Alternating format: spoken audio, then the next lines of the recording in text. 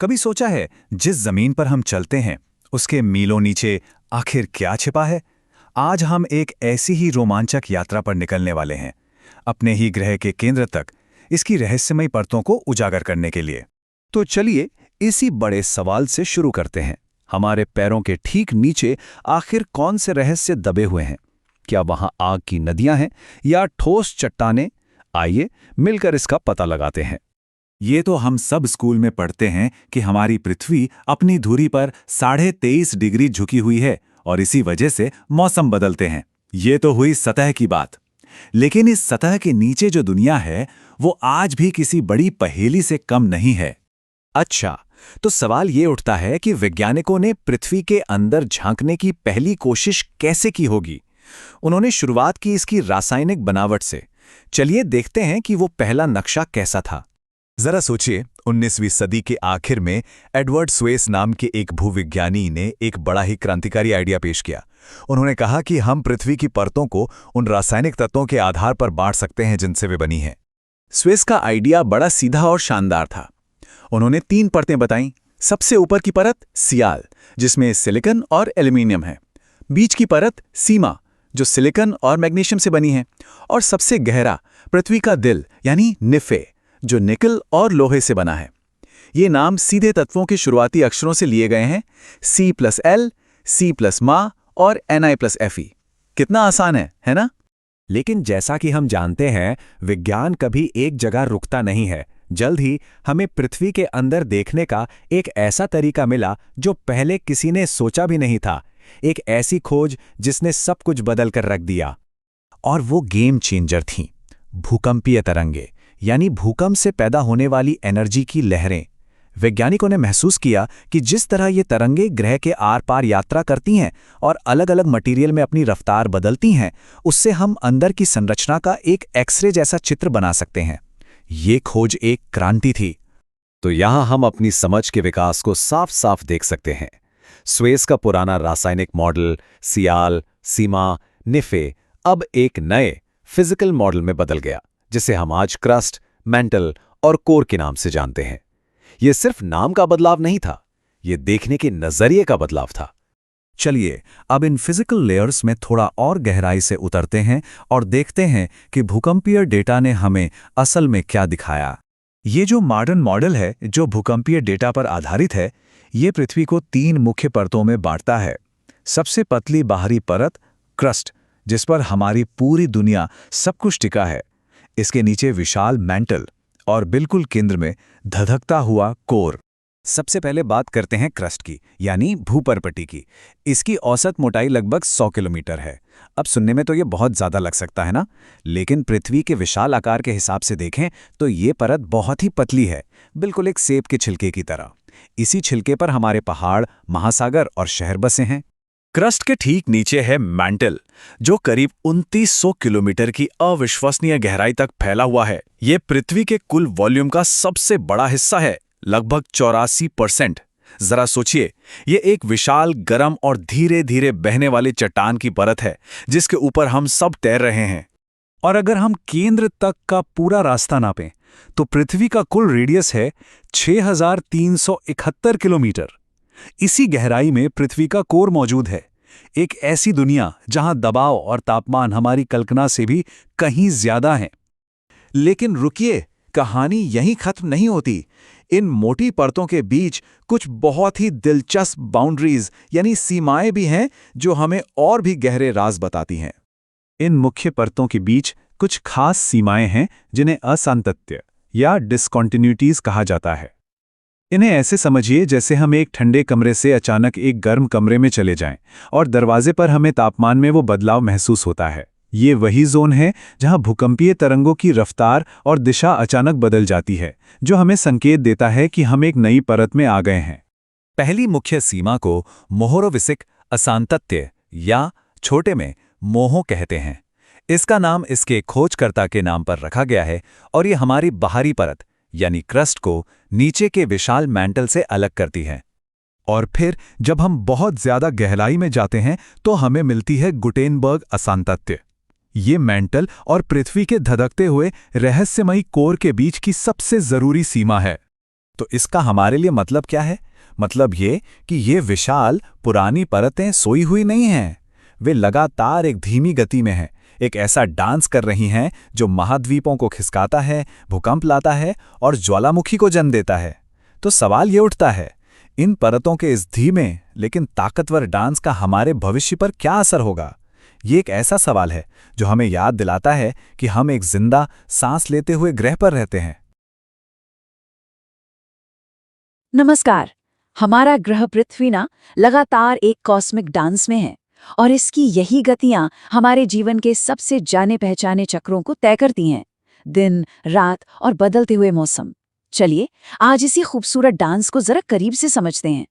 कभी सोचा है कि गर्मियों के दिन इतने लंबे क्यों होते हैं और सर्दियों की रातें मानो खत्म ही नहीं होती? ये एक ऐसा सवाल है जिसका जवाब पृथ्वी के अंतरिक्ष में होने वाले इसी खूबसूरत डांस में छिपा है। तो आज हम क्या क्या देखने वाले हैं? सबसे पहले पृथ्वी की दो खास गतियों को समझेंगे। फिर देखेंगे कि इसका रोज का घुमाव दिन और रात कैसे बनाता है और इसकी सालाना यात्रा हमारे मौसमों को कैसे बदल देती है। और हाँ, आखिर में ये भी पता लगाएंगे कि क्या पृथ्वी का सूरज से दूर या पास होना भी कोई मायने रखता है। तो इस कॉस्मिक डांस का पहला कदम क्या है? असल में पृथ्वी एक नहीं बल्कि दो तरह से घूमती है। देखिए, पृथ्वी की दो मुख्य गतियां हैं। पहली, ये एक लट्टू की तरह अपनी ही जगह पर घूमती है और दूसरी, अपनी जगह पर घूमते घूमते ये सूरज का भी चक्कर लगाती है। इन दोनों में फर्क समझना बहुत जरूरी है। देखिए, एक है रोटेशन यानी परिभ्रमण, मतलब पृथ्वी का अपनी ही धुरी पर घूमना जो रोज होता है, और दूसरा है रेवोल्यूशन यानी परिक्रमण, मतलब पृथ्वी का सूरज के चारों ओर चक्कर लगाना, जिसमें भाई पूरा एक साल लगता है। चलिए पहले पृथ्वी की रोज वाली गति यानी इसके अपनी धुरी पर घूमने की बात करते हैं। पृथ्वी अपनी धुरी पर हर 24 घंटे में, या अगर एकदम सटीक कहें तो 23 घंटे 56 मिनट और 4 सेकंड में एक चक्कर पूरा करती है। और जैसे जैसे ये घूमती है, इसका एक हिस्सा सूरज के सामने आता है जहां दिन होता है, जबकि दूसरा हिस्सा अंधेरे में चला जाता है और वहां रात होती है। और ये साइकिल ये कभी नहीं रुकती। अब बात करते हैं पृथ्वी की उस लंबी यात्रा की जो वो हर साल सूरज के चारों ओर करती है। सूरज का एक पूरा चक्कर लगाने में पृथ्वी को 365 और चौथाई दिन लगते हैं। अरे हाँ, वही चौथाई दिन जो हर 4 साल में जुड़कर एक लीप ईयर बनाता है। लेकिन सबसे मजेदार बात यह है कि यही यात्रा हमारे मौसमों को जन्म देती है। पर सवाल यह है कि कैसे? सिर्फ सूरज का चक्कर लगाने से ही मौसम नहीं बदलते। इसमें एक और बहुत ही जरूरी चीज शामिल है। और वो राज, वो छिपा है बस इस एक नंबर में, 23.5 डिग्री। जी हाँ, हमारी पृथ्वी एकदम सीधी नहीं है, बल्कि अपनी धुरी पर इतनी झुकी हुई है। और बस यही मामूली सा झुकाव सब कुछ बदल देता है। इस झुकाव का मतलब समझिए, जैसे ही पृथ्वी सूरज का चक्कर लगाती है तो अपने इस झुकाव की वजह से कभी इसका उत्तरी हिस्सा सूरज की ओर झुक जाता है तो कभी दक्षिणी हिस्सा। अब जिस हिस्से पर सूरज की किरणें सीधी पड़ती हैं वहां गर्मी होती है और जहां तिरछी वहां सर्दी। इसी से मौसम संक्रांति और विषुव बनते हैं। संक्रांति या सॉल्स्टिस, इसका मतलब होता है सूर्य का स्थिर होना। ये साल के वो 2 पल हैं जब हमें साल का सबसे लंबा दिन और सबसे छोटी रात, या फिर ठीक उसका उल्टा, महसूस होता है। जैसे कि जून में होने वाली कर्क संक्रांति को ले लीजिए। इस समय पृथ्वी का उत्तरी गोलार्ध सूरज की ओर ज्यादा झुका होता है। इससे यहाँ सूरज की रोशनी ज्यादा देर तक और ज्यादा सीधी पड़ती है, जिससे दिन साल का सबसे लंबा हो जाता है और गर्मियां आ जाती हैं। और इसके ठीक उलट 22 दिसंबर को मकर संक्रांति के समय दक्षिणी गोलार्ध सूरज की ओर झुका होता है। इसलिए उस समय दक्षिणी गोलार्ध में सबसे लंबा दिन और गर्मियां होती हैं, जबकि हमारे यहाँ यानी उत्तरी गोलार्ध में साल का सबसे छोटा दिन और कलाके की सर्दियां होती हैं। और फिर आता है विषुव या इक्विनॉक्स, जिसका मतलब है बराबर रात। साल में 2 बार ऐसा होता है जब सूरज सीधे भूमध्य रेखा के ऊपर होता है, और तब पूरी पृथ्वी पर दिन और रात की लंबाई लगभग बराबर हो जाती है। अच्छा, अब एक बहुत आम गलतफहमी को दूर करते हैं। क्या मौसम इसलिए बदलते हैं क्योंकि पृथ्वी कभी सूरज के पास तो कभी दूर चली जाती है? चलिए देखते हैं। ये बात तो सच है कि पृथ्वी का रास्ता एकदम गोल नहीं बल्कि थोड़ा अंडाकार है, जिसे इलिप्स कहते हैं। इसका मतलब है कि साल भर में पृथ्वी और सूरज के बीच की दूरी थोड़ी बहुत बदलती रहती है। और अब सबसे मजेदार और हैरान करने वाली बात, 3 जनवरी जब पृथ्वी सूरज के सबसे करीब होती है, तब पता है क्या होता है? हमारे यहाँ यानी उत्तरी गोलार्ध में कड़ाके की सर्दी पड़ती है। और 4 जुलाई को जब हम सूरज से सबसे ज्यादा दूर होते हैं, तब पड़ती है चिलचिलाती गर्मी। तो इससे एक बात तो बिल्कुल साफ हो जाती है कि मौसम का असली कारण दूरी तो बिल्कुल नहीं है, बल्कि पृथ्वी का वो झुकाव ही है। तो हमने इस पूरे कॉस्मिक डांस से क्या सीखा? 1. पृथ्वी का अपनी धुरी पर घूमना हमें दिन और रात देता है। 2. सूरज के चारों तरफ इसका चक्कर साल बनाता है। और सबसे जरूरी बात, वो 23.5 डिग्री का जादुई झुकाव ही मौसमों का असली कारण है, ना कि सूरज से दूरी। जाते जाते एक सवाल छोड़कर जाता हूं। जरा सोचिए, अगर पृथ्वी की धुरी झुकी हुई ना होती तो क्या होता? क्या तब भी मौसम होते? हमारी दुनिया आखिर कैसी होती? इस पर विचार जरूर कीजिएगा। कभी सोचा है, हमारे पैरों के नीचे जो जमीन है, ये जो पत्थर है, इनकी भी अपनी एक कहानी होती है। हर पत्थर, भले ही वो कितना भी मामूली सा दिखे, असल में हमारे प्लैनेट के इतिहास का एक पूरा पन्ना है। तो सवाल यही है कि अगर हम कोई भी पत्थर उठा लें तो वो हमें क्या बता सकता है? क्या कहानी है उसकी? चलिए आज इसी रहस्य को सुलझाने की कोशिश करते हैं। असल में ना, दुनिया की हर चट्टान 3 बड़े परिवारों में से किसी एक का हिस्सा होती है। और ये 3 परिवार कहानी के 3 चैप्टर्स की तरह हैं। हर एक की अपनी एक कमाल की अनोखी दास्तान है। तो ठीक है, चलिए शुरू करते हैं। तो हमारी कहानी का पहला चैप्टर ये शुरू होता है हमारी पृथ्वी के एकदम धधकते हुए दिल से। ये चैप्टर है आग्नेय चट्टानों का। वो चट्टानें जो सीधे सीधे आग से पैदा होती हैं। इन्हें ना धरती की प्राइमरी या कह लीजिए पेरेंटल रॉक्स भी कहा जाता है। और क्यों? क्योंकि बाकी सभी तरह की चट्टानें असल में इन्हीं से बनती हैं। ये तब बनती हैं जब पृथ्वी के अंदर का पिघला हुआ मैग्मा या फिर सतह पर बहता लावा ठंडा होकर जम जाता है। समझिए कि ये हमारे प्लैनेट की बुनियाद हैं।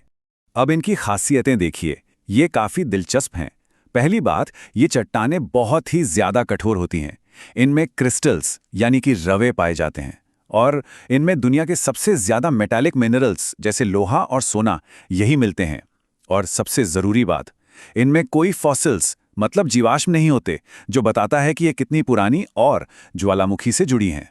लेकिन सभी आग्नेय चट्टानें एक जैसी नहीं होती। सबसे बड़ा फर्क इस बात से आता है कि मैग्मा ठंडा कहाँ हुआ, जमीन के अंदर या जमीन के बाहर। चलिए देखते हैं कि इससे क्या बदलता है। तो देखिए, बात यह है, जब मैग्मा जमीन के बहुत नीचे धीरे धीरे ठंडा होता है तो बनती हैं अंतर्वेधी चट्टानें, जैसे कि ग्रेनाइट।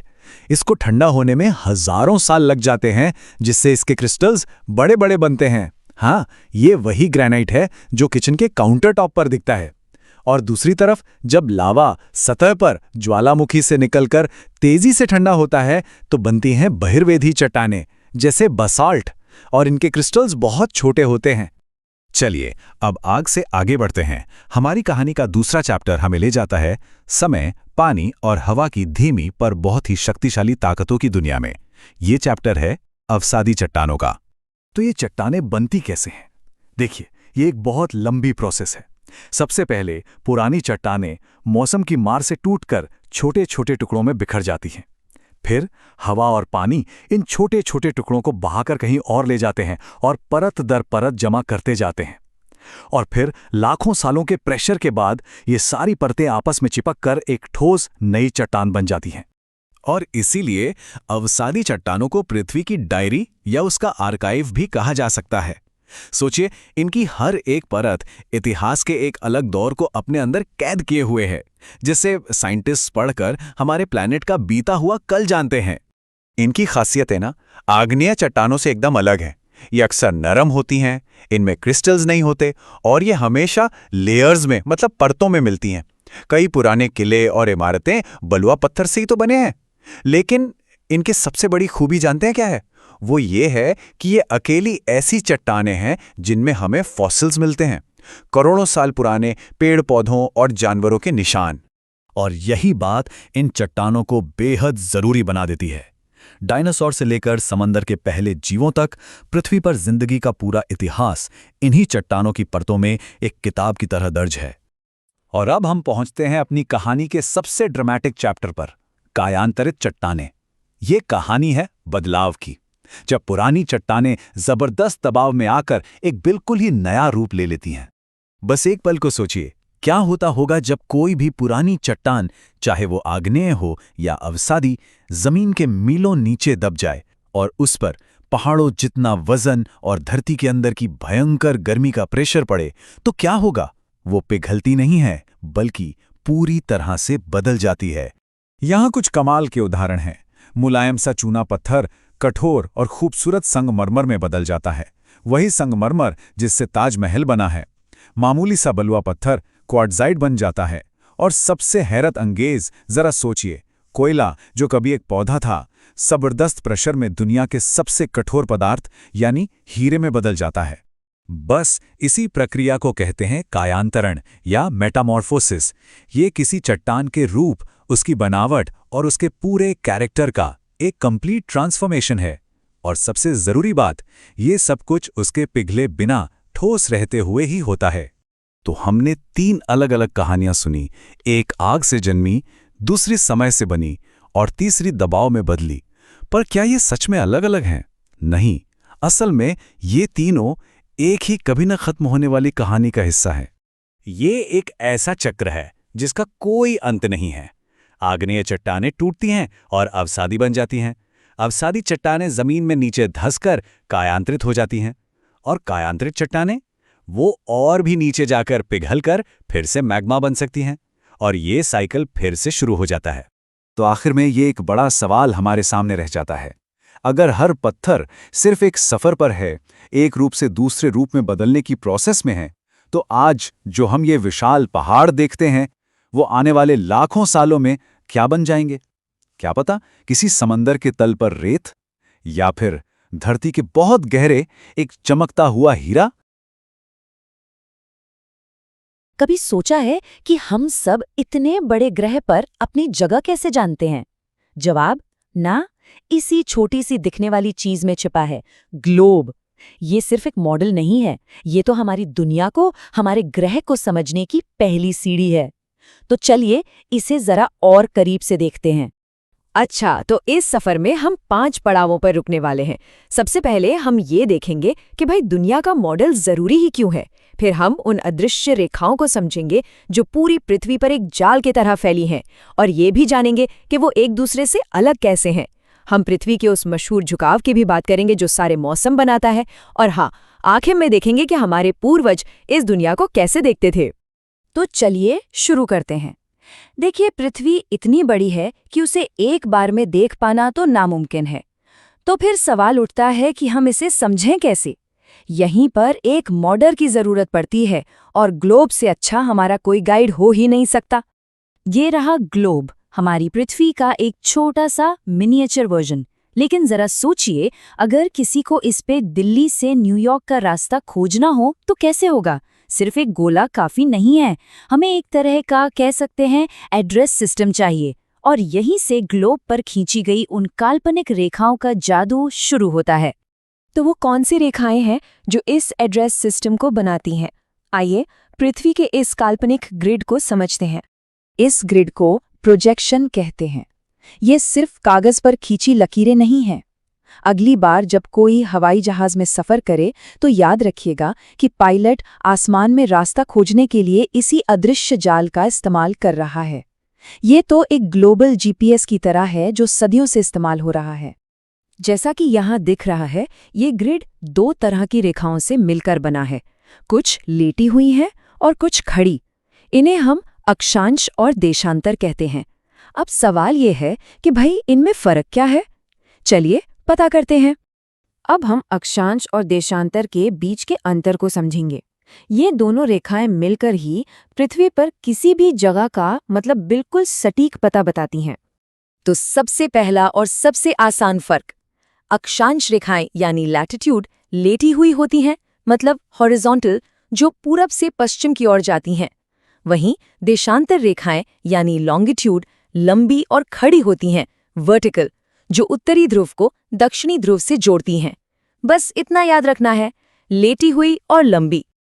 अब जरा कुछ और गहरे अंतर देखते हैं। कुल 179 अक्षांश रेखाएं हैं, लेकिन असली खेल दूरी का है। अक्षांश रेखाएं हमेशा एक दूसरे से बराबर दूरी पर होती हैं, जैसे कोई रेलवे ट्रैक हो। पर देशांतर रेखाओं के साथ ऐसा बिल्कुल नहीं है। उनकी दूरी लगातार बदलती रहती है। और वो बराबर दूरी कितनी है? ठीक 111 किलोमीटर। ये नंबर फिक्स है। इसका मतलब ये है कि अगर कोई एक अक्षांश रेखा से दूसरी तक जाता है तो उसने हमेशा 111 किलोमीटर की दूरी ही तय की है। इसी वजह से उत्तर दक्षिण की दूरी नापना बहुत आसान हो जाता है। देशांतर रेखाओं की कहानी तो बिल्कुल अलग है।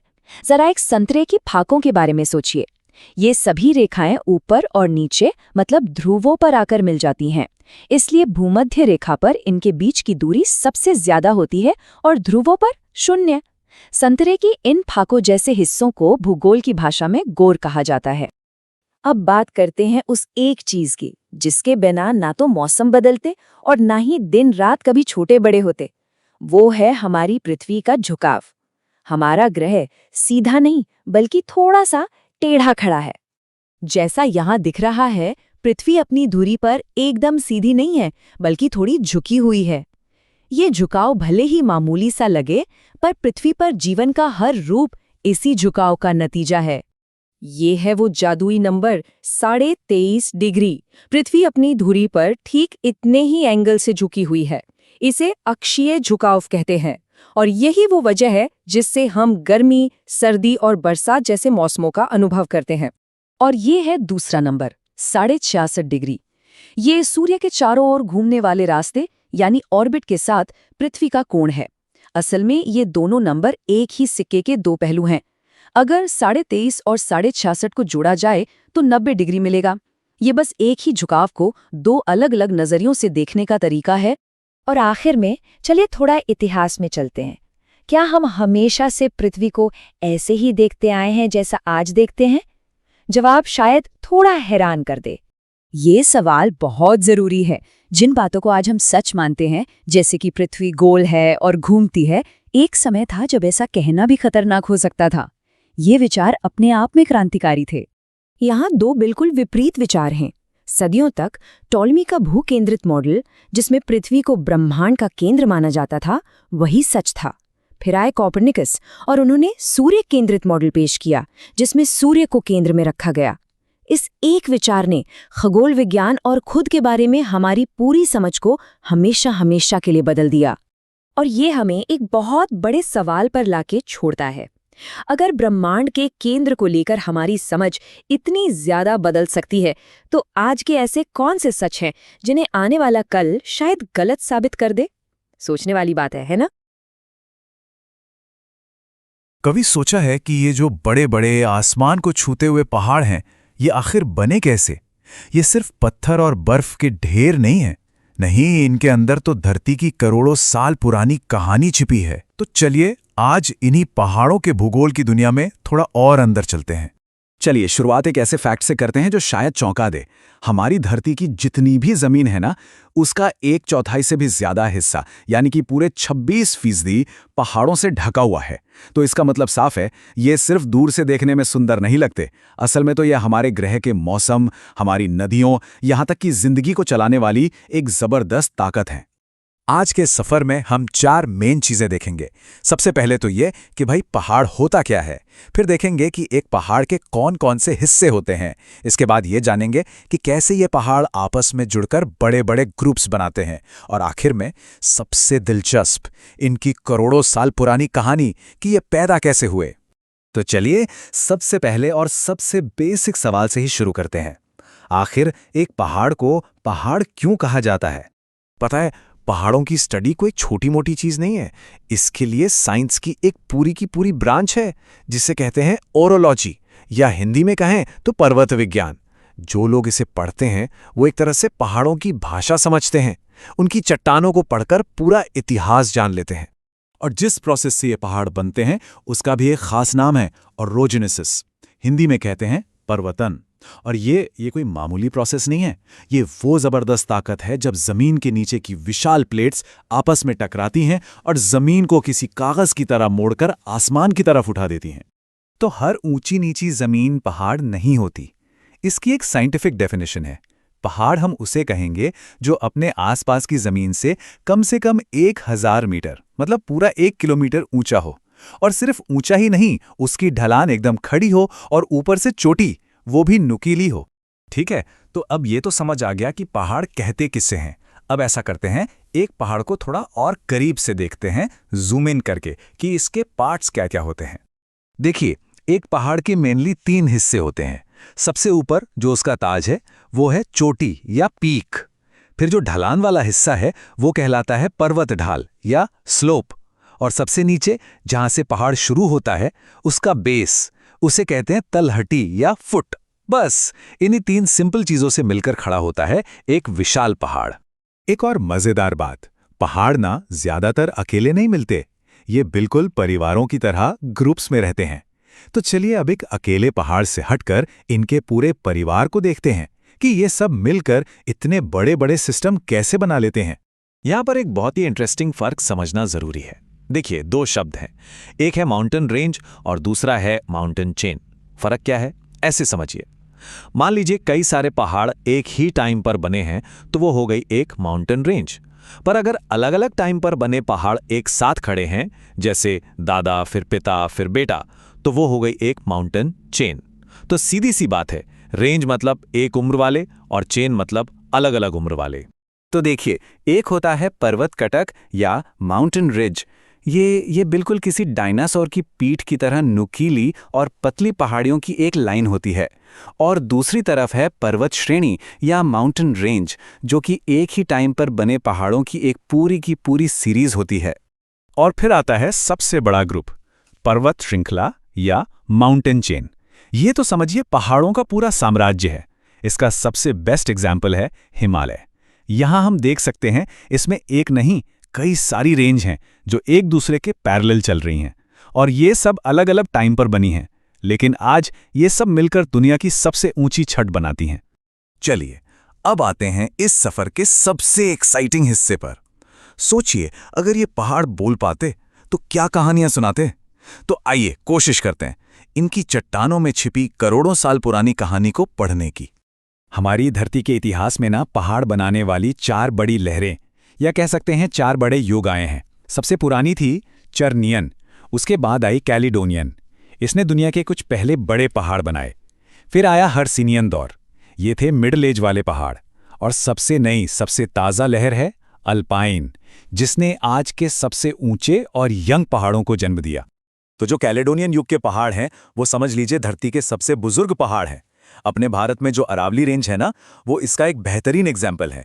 आपको जानकर हैरानी होगी कि ये कभी हिमालय जितने ही ऊंचे हुआ करते थे, लेकिन करोड़ों सालों से हवा और पानी ने इन्हें इतना घिसा कि आज ये छोटे और गोल मटोल से रह गए हैं। अच्छा, बुजुर्गों के बाद आते हैं मिडिल एज वाले पहाड़ यानी हर्सिनियन युग के।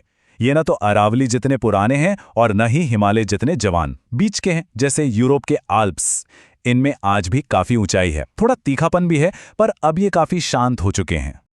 और अब मिलिए आज की दुनिया के असली रॉक स्टार से, एल्पाइन युग के पहाड़। नॉर्थ अमेरिका के रॉकीज, साउथ अमेरिका के एंडीज और हमारे अपने महान हिमालय। ये जियोलॉजी की दुनिया की टीनेजर्स हैं, एकदम ऊंचे, एग्रेसिव। और सबसे कमाल की बात, ये आज भी बढ़ रहे हैं। हर साल कुछ मिलीमीटर और ऊंचे हो जाते हैं। तो आल्पाइन पहाड़ तो आज के यंगस्टर्स हैं, पर सवाल ये उठता है कि धरती के अंदर आज वो कौन सी ताकतें काम कर रही हैं जो अगली महान पर्वत श्रृंखला को जन्म देंगी। क्या पता लाखों साल बाद आज की कोई जमीन भविष्य के हिमालय के तौर पर जानी जाए, क्योंकि धरती की ये कहानी ये कभी रुकती नहीं, ये चलती रहती है। कभी सोचा है कि धरती के नीचे ऐसी कौन सी ताकतें हैं जो पल भर में पूरे के पूरे शहरों को हिलाकर रख सकती हैं? आज हम भूकंप की इसी दुनिया में थोड़ा गहराई से उतरेंगे, मतलब इसके हल्के कंपन से लेकर भयानक सुनामी तक हर पहलू को समझने की कोशिश करेंगे, बिल्कुल आसान भाषा में। तो चलिए शुरू करते हैं। तो देखिए, सबसे पहला और शायद सबसे बड़ा सवाल, क्या हम पहले से ये जान सकते हैं कि भूकंप कब और कहाँ आने वाला है? ये एक ऐसी पहेली है जो सदियों से वैज्ञानिकों के लिए एक चुनौती बनी हुई है, और सच कहूं तो आज भी इसका कोई सीधा सा जवाब हमारे पास नहीं है। भविष्यवाणी करना भले ही लगभग नामुमकिन हो, लेकिन हाँ, वैज्ञानिकों को कुछ संकेत, कुछ इशारे जरूर मिलते हैं, और उनमें से एक बहुत ही दिलचस्प संकेत हमें कहीं और से नहीं बल्कि हवा से मिलता है। होता यह है कि भूकंप आने से ठीक पहले हमारे वायुमंडल में रेडॉन नाम की एक गैस की मात्रा अचानक से बढ़ने लगती है। अब यह गैस जमीन के नीचे चट्टानों से रिसकर बाहर आती है, तो इसकी बढ़ी हुई मात्रा एक तरह की चेतावनी हो सकती है। ये उन कुछ गिने चुने संकेतों में से है जिन्हें वैज्ञानिक बहुत ध्यान से ट्रैक करते हैं। तो ठीक है, मान लीजिए भविष्यवाणी नहीं हो सकी और भूकंप आ गया, तो उसके बाद वैज्ञानिक उसे समझते कैसे हैं? यहीं पर एंट्री होती है सिस्मोलॉजी की, यानी भूकंप विज्ञान की। ये वो फील्ड है जहां हम भूकंप को सिर्फ महसूस नहीं करते, बल्कि उसे नापते हैं, उसका पूरा हिसाब किताब रखते हैं। भूकंप की इन तरंगों को नापने के लिए जो मशीन इस्तेमाल होती है, उसे हम कहते हैं सिस्मोग्राफ। और जो नाप आया है, उसे समझने के लिए 3 मुख्य पैमाने बनाए गए हैं: मर्केली स्केल, रॉसी-फेरल स्केल, और वो नाम जो हम सब ने सुना है, रिक्टर स्केल। रिक्टर स्केल, हम सब खबरों में सुनते हैं कि इतने रिक्टर स्केल का भूकंप आया, पर इसका असली मतलब क्या है? चलिए, आज इस मशहूर पैमाने की ताकत को ठीक से समझते हैं। इसे 1935 में एक अमेरिकी वैज्ञानिक चार्ल्स एफ रिक्टर ने बनाया था। सच कहूं तो उन्होंने दुनिया को भूकंप की ऊर्जा को नापने का एक बिल्कुल नया और बहुत सटीक तरीका दिया था। तो ये स्केल काम कैसे करता है? देखिए, ये कोई नॉर्मल स्केल नहीं है, ये एक लॉगरिदमिक स्केल है। आसान भाषा में कहें तो इस पर हर अगला कदम पिछले वाले से कई गुना बड़ा होता है। इस पर 0 से 9 तक नंबर होते हैं। लेकिन सबसे हैरान करने वाली बात अब आ रही है। स्केल पर हर एक नंबर बढ़ने का मतलब है कि जमीन का कंपन 10 गुना ज्यादा तेज हो गया है। और उससे भी बड़ी बात, जो एनर्जी निकली है वो 32 गुना ज्यादा है। मतलब रिएक्टर स्केल 5 और 6 के भूकंप में जमीन आसमान का फर्क होता है। अच्छा, तो सवाल ये है कि ये भूकंप आते कहाँ हैं? क्या कहीं भी आ जाते हैं? नहीं, पूरी दुनिया में कुछ ऐसे खास इलाके हैं जहां हमारी धरती सबसे ज्यादा बेचैन रहती है। चलिए इन जोन्स पर एक नजर डालते हैं। दुनिया के ज्यादातर भूकंप 3 मेन बेल्ट्स में आते हैं। पहली है परिप्रशांत बेल्ट, जिसे हम रिंग ऑफ फायर के नाम से भी जानते हैं। इसमें जापान और कैलिफोर्निया जैसे इलाके हैं। दूसरी है मध्य महाद्वीपीय बेल्ट, जो मेडिटेरेनियन से लेकर सीधे हिमालय तक फैली हुई है। और तीसरी है मध्य अटलांटिक बेल्ट, जिसका असर आइसलैंड जैसे इलाकों पर पड़ता है। भूकंप का असर सिर्फ जमीन तक ही नहीं रहता। जब यही जबरदस्त ताकत समुद्र के नीचे हलचल मचाती है, तो उसका नतीजा बहुत ही ज्यादा विनाशकारी हो सकता है। हम बात कर रहे हैं सुनामी की। ये एक जापानी शब्द है, और ये बनती तब है जब समुद्र के नीचे आए भूकंप से समुद्र का पूरा फर्श अचानक से खिसक जाता है। इस झटके से पानी में लहरों की एक पूरी सीरीज पैदा हो जाती है, जो किनारों की तरफ बढ़ती हैं। सुनामी की लहरों का बर्ताव भी बड़ा अजीब होता है। जब ये गहरे समुद्र में होती हैं तो इनकी रफ्तार बहुत ज्यादा होती है, एक जेट प्लेन जितनी, पर ऊंचाई कम होती है। लेकिन जैसे ही ये किनारे के पास कम गहरे पानी में पहुंचती हैं, इनकी स्पीड तो कम हो जाती है, पर इनकी सारी की सारी एनर्जी इनकी ऊंचाई में चली जाती हैं, और देखते ही देखते ये पानी की एक विशाल दीवार बन जाती हैं। इनकी ताकत का अंदाजा सिर्फ इस एक नंबर से लगाया जा सकता है, 33 मीटर। जी हाँ, 26 दिसंबर 2004 को इंडोनेशिया में जो सुनामी आई थी, उसमें लहरों की ऊंचाई 33 मीटर तक रिकॉर्ड की गई थी। ये सचमुच महासागर का एक रौद्र रूप था। भूकंप के गुजर जाने के बाद वैज्ञानिक उसके असर का विश्लेषण कैसे करते हैं, उसका नक्शा कैसे बनाते हैं, इसके लिए वो कुछ खास तरह की भाषा और लाइनों का इस्तेमाल करते हैं। इनमें से पहला शब्द है आइसोसिस्मल लाइन। आप इसे ऐसे समझिए कि ये नक्शे पर खींची गई एक काल्पनिक लाइन है जो उन सभी जगहों को जोड़ती है जहां भूकंप के झटकों की ताकत एक जैसी महसूस की गई हो। और दूसरा जरूरी शब्द है होमोसिस्मल लाइन।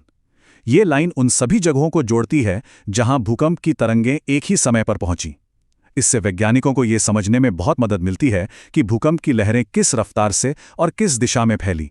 तो आखिर में एक सवाल पर सोचते हैं। अगर रिक्टर पैमाने पर सिर्फ एक नंबर आगे बढ़ने से 32 गुना ज्यादा ऊर्जा बाहर निकलती है, तो ये हमें उन विशाल और लगातार काम करने वाली ताकतों के बारे में क्या बताता है जो हर पल हमारी नजरों से दूर इस ग्रह को अंदर ही अंदर बदल रही हैं, उसे एक नया आकार दे रही हैं। अच्छा, जब भी भूकंप की बात होती है ना, तो दिमाग में क्या आता है? यही कि जमीन एक झटके में हिल गई। पर असल में कहानी इससे कहीं ज्यादा गहरी है। ये एक तरह का एनर्जी का धमाका है जो लहरों में चलता है। और मजे की बात यह है कि हर लहर की अपनी अलग कहानी है, अपनी अलग स्पीड, अपनी अलग ताकत। तो चलिए आज इन लहरों की रेस को ही समझते हैं। तो सवाल सीधा सा है, जब जमीन कांपती है तो एनर्जी की इन लहरों में से कौन सी रेस जीतकर हम तक सबसे पहले पहुंचती है? यही सवाल इस पूरी कहानी की बुनियाद है। तो रेस शुरू होती है और हमारा पहला रेसर है प्राइमरी वेव, या जिसे हम पी वेव भी कहते हैं। जैसा इसका नाम ही है, प्राइमरी मतलब पहला। ये वो लहर है जो भूकंप के सेंटर से निकलकर सबसे पहले फिनिश लाइन तक पहुंचती है। समझिए, ये इस रेस का सबसे तेज धावक है। बिल्कुल, जैसा कि हम देख सकते हैं, ये तरंगे पैदा ही सबसे पहले होती हैं और इनकी रफ्तार भी सबसे ज्यादा होती है। इन्हें भूकंप की पहली घंटी भी कह सकते हैं, एक सिग्नल कि कुछ बड़ा होने वाला है। अब जरा इसकी स्पीड सोच के देखिए, 8 से 14 किलोमीटर 1 सेकंड में, मतलब पलक झपकते ही। ये इतनी तेज है कि किसी को एहसास भी नहीं होगा, और ये लहर दुनिया के एक कोने से दूसरे कोने तक का सफर तय कर लेगी। और पता है सबसे दिलचस्प बात क्या है? इसका नेचर। ये बिल्कुल साउंड वेव मतलब ध्वनि तरंगों जैसी है। ये धरती की हर परत से गुजर सकती है, चाहे वो ठोस चट्टान हो, पिघला हुआ लावा हो या फिर गैस, कुछ भी इसे रोक नहीं सकता। ठीक है, तो पी वेव के ठीक पीछे पीछे आ रहा है हमारा दूसरा प्रतियोगी, सेकेंडरी वेव या एस वेव। हाँ, ये स्पीड में थोड़ी धीमी जरूर है, पर इसका स्टाइल और इसका असर वो एकदम अलग है। देखिए, होता क्या है कि जब प्राइमरी वेव्स की एनर्जीज फैलती हैं और उसकी स्पीड थोड़ी कम हो जाती है, तब ये सेकेंडरी या एस वेव्स बनती हैं। ये पी वेव का ही अगला रूप है जो एक अलग ढंग से आगे बढ़ता है। इसकी रफ्तार पी वेव से लगभग आधी है, करीब 4 से 6 किलोमीटर प्रति सेकंड। धीमी है, पर जैसा मैंने कहा, इसका असर अलग होता है। इसका चलने का तरीका लाइट वेव्स जैसा है, मतलब ऊपर नीचे या दाएं बाएं। और यही वो मूवमेंट है जिससे असल में जमीन हिलना शुरू होती है। लेकिन इसकी एक बहुत बड़ी कमजोरी है, और वो कमजोरी ही सबसे जरूरी पॉइंट है। एस वेव्स लिक्विड यानी तरल चीजों से पार नहीं हो सकती। और मालूम है, इसी एक खूबी की वजह से साइंटिस्ट ये पता लगा पाए कि हमारी पृथ्वी का जो बाहरी कोर है वो लिक्विड है। क्या कमाल की खोज थी ये। और अब बारी है रेस के आखिरी प्रतियोगी की। ये सबसे धीमा हो सकता है, लेकिन जैसा हम देखेंगे, ये सबसे खतरनाक भी है। ये वो लहर है जो सतह पर असली तबाही मचाती है। इन्हें कहते हैं एल वेव्स या सतही तरंगे। नाम से ही साफ है, ये पृथ्वी के अंदर नहीं जाती हैं, बल्कि उसकी सतह पर चलती हैं, मतलब ठीक वहीं जहां हम सब रहते हैं।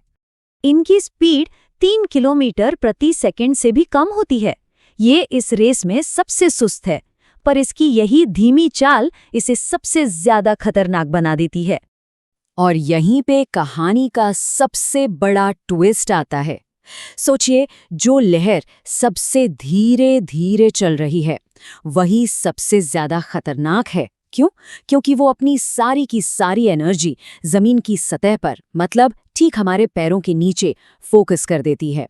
यही इसे इतना विनाशकारी बनाता है। तो चलिए इन तीनों रेसरों की एक फाइनल तुलना कर लेते हैं, ताकि पूरी तस्वीर एकदम साफ हो जाए। तो एक नज़र में सारी कहानी देख लेते हैं। ये टेबल सब कुछ साफ कर देती है। देखिए, पी वेव सबसे तेज पर खतरा सबसे कम, एस वेव वो बीच में है, स्पीड में भी और खतरे में भी, और फिर आती है एल वेव, सबसे सुस्त लेकिन सबसे खतरनाक। है ना कमाल की बात? ये एक चार्ट में पूरी रेस का नतीजा है। तो आखिर में ये सवाल सोचने पर मजबूर करता है। अगर सबसे तेज लहर सबसे सुरक्षित है, तो फिर रफ्तार का असली मतलब क्या हुआ? भूकंप की इन लहरों की कहानी हमें यही सिखाती है कि हमेशा सबसे तेज होना ही सबसे ताकतवर होना नहीं होता। कभी-कभी जो सबसे धीमा और सतह पर रहता है, वही सबसे गहरा असर छोड़ जाता है। नमस्कार। आज हम बात करने वाले हैं भूकंप के बारे में। ये प्रकृति की सबसे ताकतवर घटनाओं में से एक है। तो चलिए इसके पीछे के विज्ञान को समझने की कोशिश करते हैं।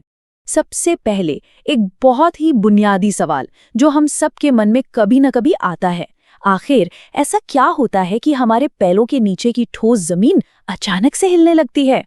इस सवाल का जवाब जानने के लिए हमें पहले ये समझना होगा कि भूकंप असल में है क्या, इसकी एक साफ परिभाषा क्या है। तो देखिए, एकदम आसान शब्दों में कहें तो भूकंप का मतलब है पृथ्वी का कांपना। ये तब होता है जब पृथ्वी के अंदर, उसके लिथोस्फीयर में अचानक से बहुत सारी एनर्जी रिलीज होती है। तो सवाल ये उठता है कि इतनी जबरदस्त एनर्जी आती कहाँ से है? इसके कारणों को हम मोटे तौर पर दो बड़ी कैटेगरीज में बांट सकते हैं। एक तो है कुदरती कारण, जो धरती के अंदर अपने आप होते हैं, जैसे ज्वालामुखी वगैरह, और दूसरे हैं मैन मेड, यानी इंसानी गतिविधियों की वजह से होने वाले कारण।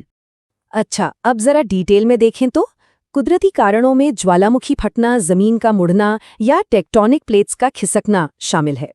वहीं इंसानी वजहों में बड़े बड़े डैम बनाना या फिर परमाणु धमाके करना भी शामिल हो सकता है। चलिए, अब जब हमें कारण पता चल गए हैं तो ये समझते हैं कि भूकंप की बनावट कैसी होती है, ये शुरू कहाँ से होता है। ये जो डायग्राम है ये बहुत जरूरी है। ये हमें किसी भी भूकंप के दो सबसे अहम पॉइंट्स के बारे में बताता है। एक है फोकस और दूसरा है एपिसेंटर। भूकंप का जो असली स्टार्टिंग पॉइंट है वो जमीन के बहुत नीचे होता है, उसे फोकस कहते हैं। ये वो जगह है जहां चट्टानें सबसे पहले टूटती हैं। और फिर ठीक इसी फोकस के ऊपर जमीन की सतह पर जो पॉइंट होता है उसे एपिसेंटर कहते हैं। ये वो जगह है जहां झटके सबसे पहले और सबसे ज्यादा महसूस होते हैं। अब ये जो फोकस से एनर्जी निकलती है वो तरंगों यानी वेव्स के रूप में आगे बढ़ती है। इन्हें सिस्मिक वेव्स कहते हैं और ये भी अलग अलग तरह की होती हैं। इन सीस्मिक वेव्स को मुख्य रूप से दो ग्रुप्स में बांटा जाता है। एक है बॉडी वेव्स जो पृथ्वी के अंदर से होकर गुजरती हैं, और दूसरी हैं सरफेस वेव्स जो सिर्फ सतह पर चलती हैं। इस टेबल से अंतर साफ समझ में आता है।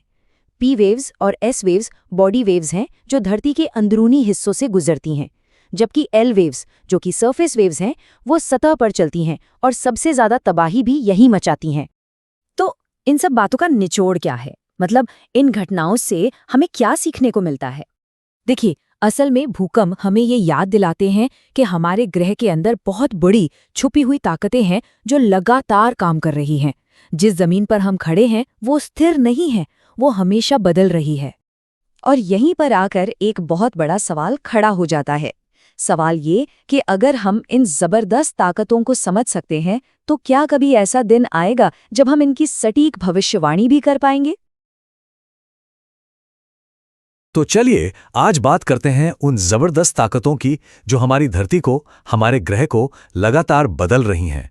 हम जानेंगे प्लेट टेक्टोनिक्स के बारे में। शुरुआत एक हैरान कर देने वाली बात से करते हैं। क्या ये पता था कि जिस जमीन पर हम खड़े हैं वो असल में लगातार हिल रही है? हमारे महाद्वीप, ये कॉन्टिनेंट्स एक जगह पर रुके हुए नहीं हैं, बल्कि धीरे धीरे खिसक रहे हैं। तो सवाल उठता है कि ऐसा क्यों होता है? इसे समझने के लिए हमें पहले जरा धरती के अंदर झांकना होगा, उसकी बनावट को समझना होगा। तो देखिए, हमारी पृथ्वी के मोटे तौर पर 3 हिस्से हैं। सबसे ऊपर है क्रस्ट, ये वो पतली परत है जिस पर हम सब रहते हैं। उसके नीचे आती है मैंटल, जो काफी मोटी परत है, और फिर सबसे अंदर है कोर, पृथ्वी का एकदम खौलता हुआ गर्म सेंटर। अब यहां एक बहुत ही दिलचस्प चीज है। मैंटल के ऊपरी हिस्से में एक खास परत है जिसे एस्थेनोस्फीयर कहते हैं। अब इसे ऐसे समझिए जैसे कोई गाढ़ा गर्म सूप हो। इसी परत के अंदर जो गर्मी की धाराएं उठती हैं ना, वही अपने ऊपर की इन ठोस प्लेटों को धीरे धीरे खिसकाती हैं। लेकिन ये सब समझने में हमें काफी वक्त लगा। इससे दशकों पहले एक साइंटिस्ट ने एक ऐसा आइडिया सामने रखा था जिसने सबको चौंका दिया था। बात है 1912 की। अल्फ्रेड वेगनर नाम के एक वैज्ञानिक ने कहा कि आज हम जो अलग अलग महाद्वीप देखते हैं वो हमेशा से ऐसे नहीं थे। उन्होंने एक थ्योरी दी कि ये सारे कभी एक ही बहुत बड़े सुपर कॉन्टिनेंट का हिस्सा थे और उन्होंने इसे नाम दिया पैंजिया। वेगनर का आइडिया तो कमाल का था, लेकिन उसमें एक बहुत बड़ी कमी थी। वो ये तो कह रहे थे कि कॉन्टिनेंट्स खिसक रहे हैं, पर जब लोगों ने पूछा कि क्यों खिसक रहे हैं, कैसे खिसक रहे हैं, कौन सी ताकत इन्हें हिला रही है, तो इसका जवाब उनके पास नहीं था। और इसी वजह से उनकी ये थियरी काफी समय तक मानी नहीं गई। इस पहेली को सुलझने में 1960 तक का समय लग गया, जब एक नई और ज्यादा मुकम्मल थियरी सामने आई। तो वेगनर की थ्योरी में जो मिसिंग पीस था ना, वो यही था, प्लेट टेक्टोनिक्स की थ्योरी। ये थ्योरी हमें बताती है कि धरती की जो ऊपरी परत है वो एक साबुत टुकड़ा नहीं है, बल्कि कई बड़ी बड़ी प्लेटों में टूटी हुई है, और यही प्लेट्स हैं जो मैंटल के ऊपर धीरे धीरे सरकती हैं। तो ठीक है, ये प्लेट्स हिल रही हैं, लेकिन जहां ये एक दूसरे से मिलती हैं वहां क्या होता है? चलिए अब इसे समझते हैं, क्योंकि असली एक्शन तो वहीं होता है। सबसे पहले बात करते हैं कन्वर्जेंट बाउंड्रीज की। कन्वर्जेंट मतलब जहां दो प्लेट्स एक दूसरे की तरफ आकर टकराती हैं। जरा सोचिए, जब इतनी बड़ी बड़ी प्लेट्स टकराएंगी तो क्या होगा? जाहिर है, जबरदस्त भूकंप आएंगे, ज्वालामुखी फटेंगे और हिमालय जैसे ऊंचे ऊंचे पहाड़ बन जाएंगे। दूसरा टाइप है डाइवर्जेंट बाउंड्रीज। यहां ठीक उल्टा होता है, प्लेट्स टकराने की बजाय एक दूसरे से दूर जाती हैं, और जब ये दूर हटती हैं तो नीचे से जो पिघला हुआ लावा यानी मैग्मा है वो ऊपर आकर जम जाता है और नई जमीन बनाता है। और फिर आती हैं कंजर्वेटिव या ट्रांसफॉर्म बाउंड्रीज। यहां प्लेट्स न तो टकराती हैं न दूर जाती हैं, बल्कि एक दूसरे से रगड़ते हुए अगल बगल खिसकती हैं। इस घर्षण से बहुत ज्यादा एनर्जी पैदा होती है, जो भूकंप की शक्ल में बाहर निकलती है। तो संक्षेप में यही 3 मुख्य तरीके हैं जिनसे प्लेट्स एक दूसरे से इंटरैक्ट करती हैं। या तो वे टकराती हैं, या एक दूसरे से दूर जाती हैं, या फिर अगल बगल से खिसक जाती हैं। अब सवाल ये है कि ये सब जानना इतना जरूरी क्यों है? वो इसलिए क्योंकि धरती पर होने वाली ज्यादातर बड़ी प्राकृतिक घटनाएं इन्हीं प्लेट्स की हलचल का नतीजा हैं। ये जो भूकंप आते हैं, ज्वालामुखी फटते हैं, या जो विशाल पर्वत श्रृंखलाएं हम देखते हैं, इन सब के पीछे का जो मेन इंजन है वो प्लेट टेक्टोनिक्स ही है। इसका एक बेहतरीन उदाहरण है हमारा हिमालय पर्वत। जानते हैं ये कैसे बना? ये तब बना जब इंडियन प्लेट ने आकर यूरेशियन प्लेट को जोरदार टक्कर मारी, और ये टक्कर आज भी जारी है। तो इसका मतलब क्या हुआ? इसका मतलब यह है कि दुनिया का नक्शा जिसे हम स्थिर समझते हैं वो असल में स्थिर है ही नहीं। ये तो एक बहुत बड़ी पहेली की तरह है, जिसके टुकड़े लगातार अपनी जगह बदल रहे हैं। और ये हमें एक बहुत ही दिलचस्प सवाल पर लाकर छोड़ देता है। अगर ये महाद्वीप आज भी खिसक रहे हैं, तो आज से 10 करोड़ साल बाद हमारी ये दुनिया कैसी दिखेगी? क्या फिर से एक नया पैंजिया बनेगा? सोचने वाली बात है। ज्वालामुखी, ये नाम सुनते ही दिमाग में आग, लावा और धुएं से भरे पहाड़ की तस्वीर आती है ना? पर ये सिर्फ पहाड़ नहीं है, ये असल में धरती के अंदर जो आग धधक रही है उसके दरवाजे हैं। इनकी ताकत और इनका रहस्य हमें हमेशा से खींचता आया है। तो चलिए आज पृथ्वी के इन जबरदस्त अग्निमय पहाड़ों की दुनिया में थोड़ा और गहरा उतरते हैं। तो आज हम क्या क्या जानने वाले हैं? सबसे पहले हम देखेंगे कि ज्वालामुखी असल में कितने तरह के होते हैं, वो जो अभी एक्टिव हैं, वो जो सो रहे हैं, और वो जो हमेशा के लिए शांत हो चुके हैं। और इसके बाद हम सिर्फ विस्फोटों की ही नहीं, बल्कि इनसे जुड़ी कुछ और हैरान कर देने वाली चीज़ों की भी बात करेंगे। यकीन मानिए, सफ़र बड़ा मज़ेदार होने वाला है। तो सबसे पहली बात जो समझनी है वो ये है कि सारे ज्वालामुखी एक जैसे नहीं होते। वो कितने एक्टिव हैं, इस आधार पर हम उन्हें मोटे तौर पर 3 अलग-अलग ग्रुप में बांट सकते हैं, और ये हमें उनके नेचर को बेहतर ढंग से समझने में बहुत मदद करता है। तो चलिए शुरू करते हैं सबसे धमाकेदार कैटेगरी से, सक्रिय ज्वालामुखी यानी एक्टिव वोल्केनोज। ये वो ज्वालामुखी हैं जो अभी इसी वक्त हमारी पृथ्वी पर अपनी मौजूदगी का एहसास करा रहे हैं। तो एक सक्रिय ज्वालामुखी होता क्या है आखिर? बिल्कुल आसान भाषा में ये वो ज्वालामुखी है जिसमें से या तो लगातार लावा निकल रहा है, या फिर उसके मुंह से लगातार धुआं, गैस या भाप निकल रही है। मतलब ये कि ये ज्वालामुखी जिंदा हैं, पृथ्वी की एनर्जी का जीता जागता सबूत। अब इसके कुछ जबरदस्त उदाहरण पूरी दुनिया में हैं, जैसे इटली का स्ट्रोम्बोली, जो रात में लगातार चमकता रहता है और इसीलिए उसे भूमध्य सागर का लाइट हाउस भी कहा जाता है। और हाँ, ये बात शायद बहुत लोगों को नहीं पता होगी कि अपने भारत में भी एक एक्टिव ज्वालामुखी है, अंडमान का बैरन आइलैंड। अच्छा, अब आते हैं दूसरी कैटेगरी पर, प्रसुप्त ज्वालामुखी। और इन्हें सोए हुए दैत्य कहना, सच कहूं तो बिल्कुल परफेक्ट है, क्योंकि बाहर से तो ये बिल्कुल शांत पहाड़ लगते हैं, पर अपने अंदर बहुत बड़ी ताकत छिपाए बैठे हैं। प्रसुप्त ज्वालामुखी वो हैं जिनमें फिलहाल कोई हलचल नहीं हो रही है, पर इसका मतलब ये नहीं कि वो हमेशा शांत रहेंगे। उनमें कभी भी फ्यूचर में विस्फोट हो सकता है, और यही बात उन्हें बहुत खतरनाक बना देती है। वो बस सही मौके का इंतजार कर रहे होते हैं। और इतिहास गवाह है कि जब ये सोए हुए दैत्य जागते हैं तो क्या होता है।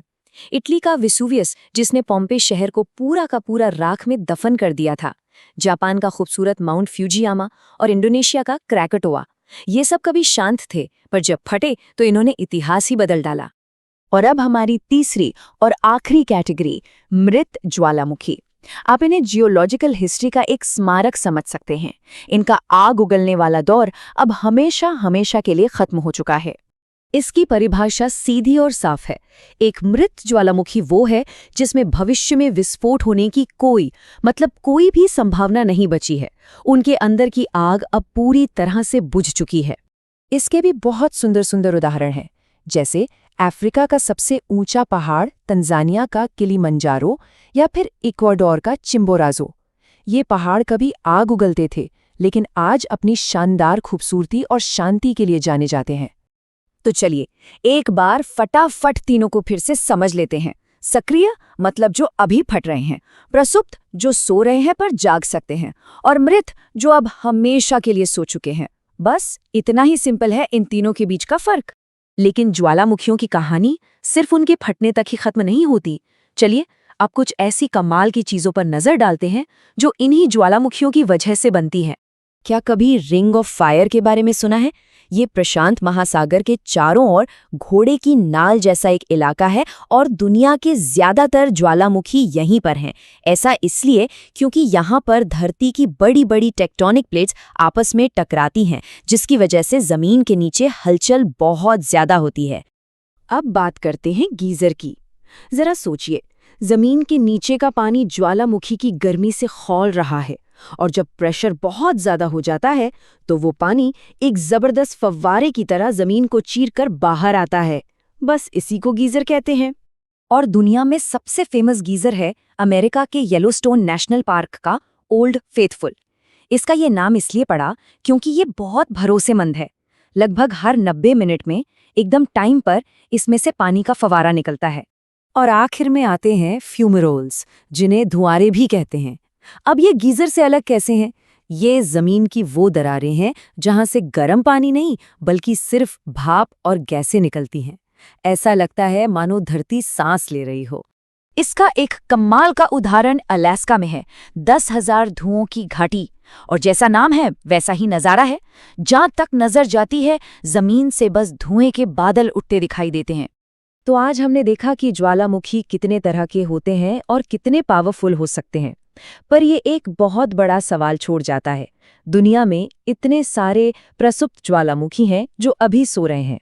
ऐसे में कौन सा सोया हुआ दैत्य जब जागेगा तो हम सबके लिए सबसे बड़ा खतरा साबित होगा? ये एक सोचने वाली बात है ना? ज्वालामुखी, ये शब्द सुनते ही क्या ख्याल आता है? आग उगलता हुआ एक पहाड़, धधकता हुआ लावा, है ना? पर कभी सोचा है कि इस पहाड़ के अंदर असल में होता क्या है? आज हम इसी की गहराई में उतरने वाले हैं, इसकी बनावट से लेकर इसकी पूरी लाइफ साइकिल तक। तो आज हम क्या क्या जानने वाले हैं? सबसे पहले हम एक ज्वालामुखी के अंदर के हिस्सों को समझेंगे। फिर देखेंगे कि जब ये फटता है तो क्या क्या बाहर आता है। इसके बाद हम लावा के अलग अलग टाइप्स को पहचानेंगे, और आखिर में एक ज्वालामुखी के जन्म से लेकर उसके अंत तक के सफर को जानेंगे। तो चलिए शुरू करते हैं पहले हिस्से से, ज्वालामुखी की बनावट। इससे पहले कि हम इसके फटने की बात करें, यह समझना जरूरी है कि ये विशाल पहाड़ आखिर बना किन चीजों से है। ये एक तरह की जियोलॉजिकल मशीन है। ओके, तो स्क्रीन पर देखिए, यह है एक ज्वालामुखी का बेसिक स्ट्रक्चर। एकदम नीचे गहराई में मैग्मा का भंडार है, जो एक पाइप के रास्ते ऊपर आता है और फिर क्रेटर से बाहर निकल जाता है। हम इन्हीं सब हिस्सों, मैग्मा, ज्वालामुखी पाइप, कोन और क्रेटर को एक एक करके समझने वाले हैं। अच्छा, एक सबसे बेसिक सवाल से शुरू करते हैं जो अक्सर कंफ्यूज करता है। मैग्मा और लावा में आखिर फर्क क्या है? देखिए, दोनों ही पिघली हुई चट्टानें हैं, बस फर्क इतना है कि जब तक ये पिघला हुआ पत्थर धरती के नीचे है उसे मैग्मा कहते हैं, और जैसे ही ये ज्वालामुखी से बाहर आ जाता है इसे लावा कहने लगते हैं। तो सारा खेल बस लोकेशन का है। अब आते हैं ज्वालामुखी ग्रीवा पर, जिसे वोल्केनो पाइप भी कहते हैं। इसको आप ज्वालामुखी का गला या एक पाइपलाइन समझिए। ये वो मेन रास्ता है जो जमीन के नीचे मौजूद मैग्मा को ऊपर सतह पर बने क्रेटर तक लाता है। इसी रास्ते से लावा अपना सफर शुरू करता है।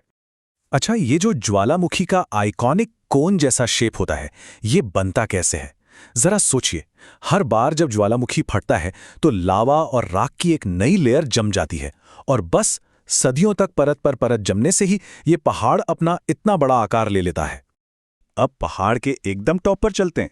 ये जो कटोरे जैसा गड्ढा दिख रहा है ना, इसी को कहते हैं क्रेटर या ज्वालामुखी का मुख। लावा, राख, गैसेस सब कुछ यहीं से बाहर निकलता है। ये एक तरह से ज्वालामुखी का एग्जिट गेट है। लेकिन कभी कभी क्या होता है कि कोई धमाका इतना जबरदस्त होता है कि पूरा क्रेटर ही धंस जाता है और एक बहुत बड़ा, मतलब बहुत ही विशाल गड्ढा बन जाता है। इसी विशाल गड्ढे को कॉल्डेरा कहते हैं।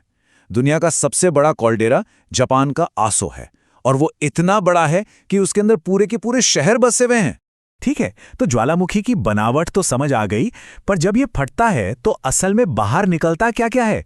क्या सिर्फ लावा? नहीं, कहानी इससे कहीं ज्यादा इंटरेस्टिंग है।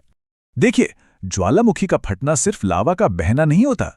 ये गैस, लिक्विड और सॉलिड चीजों का एक जबरदस्त मिक्सचर है जो बाहर निकलता है। इसमें भाप है, कई तरह की गैसें हैं और अलग अलग साइज के पत्थर के टुकड़े भी। चलिए एक एक करके इन सबको समझते हैं। तो अगर गैसों की बात करें तो इसमें नाइट्रोजन, कार्बन डाइऑक्साइड और सल्फर ऑक्साइड जैसी कई गैसें निकलती हैं, पर एक गैस ऐसी है जो इन सब से कई ज्यादा मात्रा में होती है। जी हाँ, ज्वालामुखी से निकलने वाली गैसों में 60 से 90% हिस्सा सिर्फ पानी की भाप यानी वाटर वेपर होता है। ये बात थोड़ी हैरान करने वाली है ना, क्योंकि हम हमेशा आग और जहरीले धुएं के बारे में ही सोचते हैं। अच्छा, अब आते हैं सॉलिड चीजों पर। साइंटिफिक भाषा में इन्हें पायरोक्लास्ट कहते हैं। आसान शब्दों में ये बस गर्म चट्टान के टुकड़े होते हैं जो धमाके के साथ हवा में उड़ जाते हैं। ये छोटे छोटे कंकड़ से लेकर बहुत बड़े बड़े पत्थर तक हो सकते हैं। अब ये पायरोक्लास्ट भी कई तरह के होते हैं साइज के हिसाब से। जो सबसे छोटे धूल और राख जैसे होते हैं उन्हें सिंडर और टफ कहते हैं। फिर मटर के दाने जितने बड़े टुकड़ों को लैपिली कहा जाता है, और जो नुकीले टूटे हुए टुकड़े होते हैं वो ब्रेशिया कहलाते हैं। और फिर आते हैं सबसे बड़े और सबसे खतरनाक टुकड़े, जिन्हें कहते हैं वोल्केनिक बॉम्ब। इनका साइज कुछ इंच से लेकर कई फीट तक हो सकता है। जरा सोचिए, ये विस्फोट की ताकत का कितना बड़ा सबूत है। चलिए अब थोड़ा लावा के बारे में बात करते हैं, क्योंकि हर लावा एक जैसा नहीं होता। पिघली हुई चट्टानें भी अपनी बनावट और व्यवहार में एक दूसरे से बहुत अलग हो सकती हैं। तो सवाल यह है कि लावा को अलग अलग टाइप में कैसे बांटा जाता है। इसके दो मेन आधार हैं।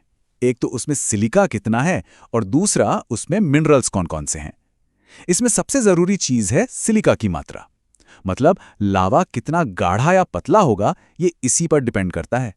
तो मोटे तौर पर दो तरह के लावा होते हैं, एसिड लावा और बेसिक लावा। एक तरफ है एसिड लावा जिसमें सिलिका बहुत ज्यादा होता है। इस वजह से यह शहद की तरह गाढ़ा और चिपचिपा होता है और बहुत धीरे धीरे बहता है। इससे स्ट्रोम्बोली जैसे ऊंचे और गुंबद जैसे ज्वालामुखी बनते हैं। दूसरी तरफ है बेसिक लावा। इसमें सिलिका कम होता है, इसलिए यह पानी की तरह पतला और हल्का होता है और बहुत तेजी से दूर दूर तक फैल जाता है। इससे मोना लोआ जैसे चौड़े ढाल वाले ज्वालामुखी बनते हैं। और इसी के साथ हम पहुंच गए हैं अपने आखिरी सेक्शन पर, ज्वालामुखी की लाइफ साइकिल। क्या सारे ज्वालामुखी हमेशा एक्टिव रहते हैं या उनका भी कोई जीवन चक्र होता है? आइए जानते हैं। देखिए, ज्वालामुखियों को उनकी एक्टिविटी के हिसाब से 3 मेन कैटेगरीज में बांटा जाता है, जैसा यहां दिख रहा है। एक्टिव यानी सक्रिय, डॉर्मेंट यानी प्रसुप्त और एक्सटिंक्ट यानी शांत। तो इसे ऐसे समझिए, पहला है एक्टिव यानी सक्रिय ज्वालामुखी। जैसा कि नाम से ही पता चल रहा है, ये वो हैं जिनमें हाल फिलहाल में विस्फोट हुआ है। दूसरा है डॉर्मेंट यानी प्रसुप्त। ये वो ज्वालामुखी हैं जो लंबे समय से सो रहे हैं लेकिन कभी भी जाग सकते हैं, मतलब दोबारा फट सकते हैं। और आखिर में आते हैं एक्सटिंक्ट यानी शांत ज्वालामुखी, जिनसे अब दोबारा फटने की कोई उम्मीद नहीं है। तो ये सब जानने के बाद एक सवाल सोचना तो बनता है, एक्टिव, डॉर्मेंट या एक्सटिंक्ट, इन तीनों में से कौन सा ज्वालामुखी सबसे बड़ा और छिपा हुआ खतरा हो सकता है? वो जो लगातार अपनी मौजूदगी का एहसास दिला रहा है, या वो जो सदियों से खामोश बैठा है? सोचिएगा इस बारे में। नमस्कार। कभी ये सोचा है कि जिस जमीन पर हम चलते हैं वो आखिर है क्या? आज हम अपनी दुनिया की इसी नींव यानी चट्टानों की अरबों साल पुरानी कहानी को समझने वाले हैं। तो सवाल यही है कि हमारे आसपास जो कुछ भी है, ऊंचे ऊंचे पहाड़, गहरी घाटियां, बड़े बड़े मैदान, ये सब आखिर बना किस चीज से है? जवाब हमारे पैरों के ठीक नीचे छिपा है, इन चट्टानों में। आज के इस सफर में हम सबसे पहले ये जानेंगे कि भाई चट्टान होती क्या है, फिर देखेंगे कि ये किन चीजों से बनती है। इसके बाद चट्टानों के 3 मुख्य परिवारों से मिलेंगे और आखिर में समझेंगे कि ये सब एक कभी ना खत्म होने वाले चक्कर में कैसे जुड़े हुए हैं। तो चलिए शुरू करते हैं सबसे बेसिक सवाल से। आखिर ये चट्टान है क्या चीज? सीधी सी भाषा में चट्टान पृथ्वी की ऊपरी परत यानी कि क्रस्ट पर मिलने वाला कोई भी ठोस पदार्थ है, बस उसमें धातुएं नहीं होनी चाहिए। और सबसे मजेदार बात यह है कि चट्टान का मतलब सिर्फ ग्रेनाइट जैसा पत्थर ही नहीं होता, बल्कि चिकनी मिट्टी जैसी मुलायम चीज भी टेक्निकली एक चट्टान ही है। और हाँ, चट्टानों की इस दिलचस्प पढ़ाई का एक खास नाम भी है, पेट्रोलॉजी। ये वो साइंस है जो चट्टानों की पूरी कहानी बताती है कि वो कहाँ से आईं, किस चीज से बनी हैं और वक्त के साथ कैसे बदलती हैं। अच्छा, तो अब हम ये तो समझ गए कि चट्टान क्या है, तो क्यों ना अब इसे और जूम इन करके देखें। हमारे ग्रह के इन बिल्डिंग ब्लॉक्स के अंदर आखिर है क्या? हर चट्टान की जड़ में होते हैं खनिज या मिनरल्स। असल में कोई भी चट्टान अलग अलग खनिजों का एक मिक्सचर ही है जो एक दूसरे से जुड़े हुए हैं। लेकिन बात यहीं खत्म नहीं होती। अगर चट्टानें खनिजों से बनी हैं, तो फिर ये खनिज किस चीज से बने हैं? चलिए एक कदम और गहराई में चलते हैं। तो देखिए, ये पूरा सिस्टम कुछ ऐसा है। चट्टानें बनती हैं खनिजों से, खनिज बनते हैं तत्वों यानी एलिमेंट्स से, और तत्व बनते हैं परमाणुओं यानी एटम से। ये प्रकृति का एक कमाल का बिल्डिंग ब्लॉक सिस्टम है जो सबसे छोटे कण से शुरू होता है। तो वो कौन से मुख्य इंग्रेडिएंट्स हैं जो ज्यादातर चट्टानों को बनाते हैं? पृथ्वी की परत में सबसे आम खनिज हैं क्वार्ट्ज, माइका और फेल्ड्स्पार। यही वो मिनरल्स हैं जो मिलकर अनगिनत तरह की चट्टानें बनाते हैं जो हम अपने चारों तरफ देखते हैं। ठीक है, तो अब जब हम इंग्रेडिएंट्स को समझ गए हैं, तो चलिए इन चट्टानों को बनाने की अलग अलग रेसिपी के बारे में बात करते हैं। साइंटिस्ट चट्टानों को उनके बनने के तरीके के हिसाब से 3 बड़े परिवारों में बांटते हैं। ये है वो 3 परिवार: आग्नेय, अवसादी और रूपांतरित चट्टानें। हर एक की अपनी एक अलग कहानी है, एक अलग पहचान है जो उसे बाकी सबसे अलग बनाती है। सबसे पहले आती हैं आग्नेय चट्टानें, जो पिघले हुए लावा या मैग्मा के ठंडा होकर जमने से बनती हैं। अगर ये लावा जमीन की सतह पर आकर ठंडा हो तो उसे बहिर्वेधी चट्टान कहते हैं, और अगर ये मैग्मा जमीन के नीचे ही धीरे धीरे ठंडा हो तो उसे अंतर्वेधी चट्टान कहा जाता है। हमारा दूसरा परिवार है अवसादी चट्टानें। ये चट्टानें समय के साथ जमा हुई परतों से यानी सेडिमेंट्स से बनती हैं। ये परतें पेड़ पौधों और जानवरों के अवशेषों से बन सकती हैं, या फिर रेत और मिट्टी के कणों से, या कभी-कभी केमिकल प्रोसेस से भी बनती हैं। और आखिर में तीसरा परिवार है रूपांतरित चट्टान। इसका नाम ही इसकी पूरी कहानी बता देता है, बदला हुआ रूप। ये चट्टानें तब बनती हैं जब कोई पुरानी आग्नेय या अवसादी चट्टान बहुत ज्यादा गर्मी और दबाव की वजह से अपना रूप पूरी तरह से बदल लेती है। तो हमारे पास ये 3 अलग अलग चट्टानों के परिवार हैं जिनकी अपनी अपनी कहानियां हैं। लेकिन क्या हो अगर मैं कहूं कि ये उतने भी अलग नहीं हैं जितना लगते हैं? अब हम इन सभी कहानियों को एक साथ जोड़ने जा रहे हैं।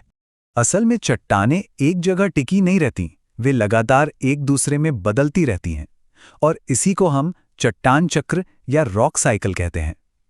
ये समझिए कि ये पृथ्वी का अपना रिसाइकलिंग सिस्टम है जो कभी नहीं रुकता। ये चक्र कुछ ऐसे काम करता है। पिघला हुआ मैग्मा ठंडा होकर आग्नेय चट्टान बनाता है, फिर हवा पानी की मार से ये चट्टान टूटकर छोटे छोटे कणों में बदल जाती है, जो जमा होकर अवसादी चट्टान बनाते हैं।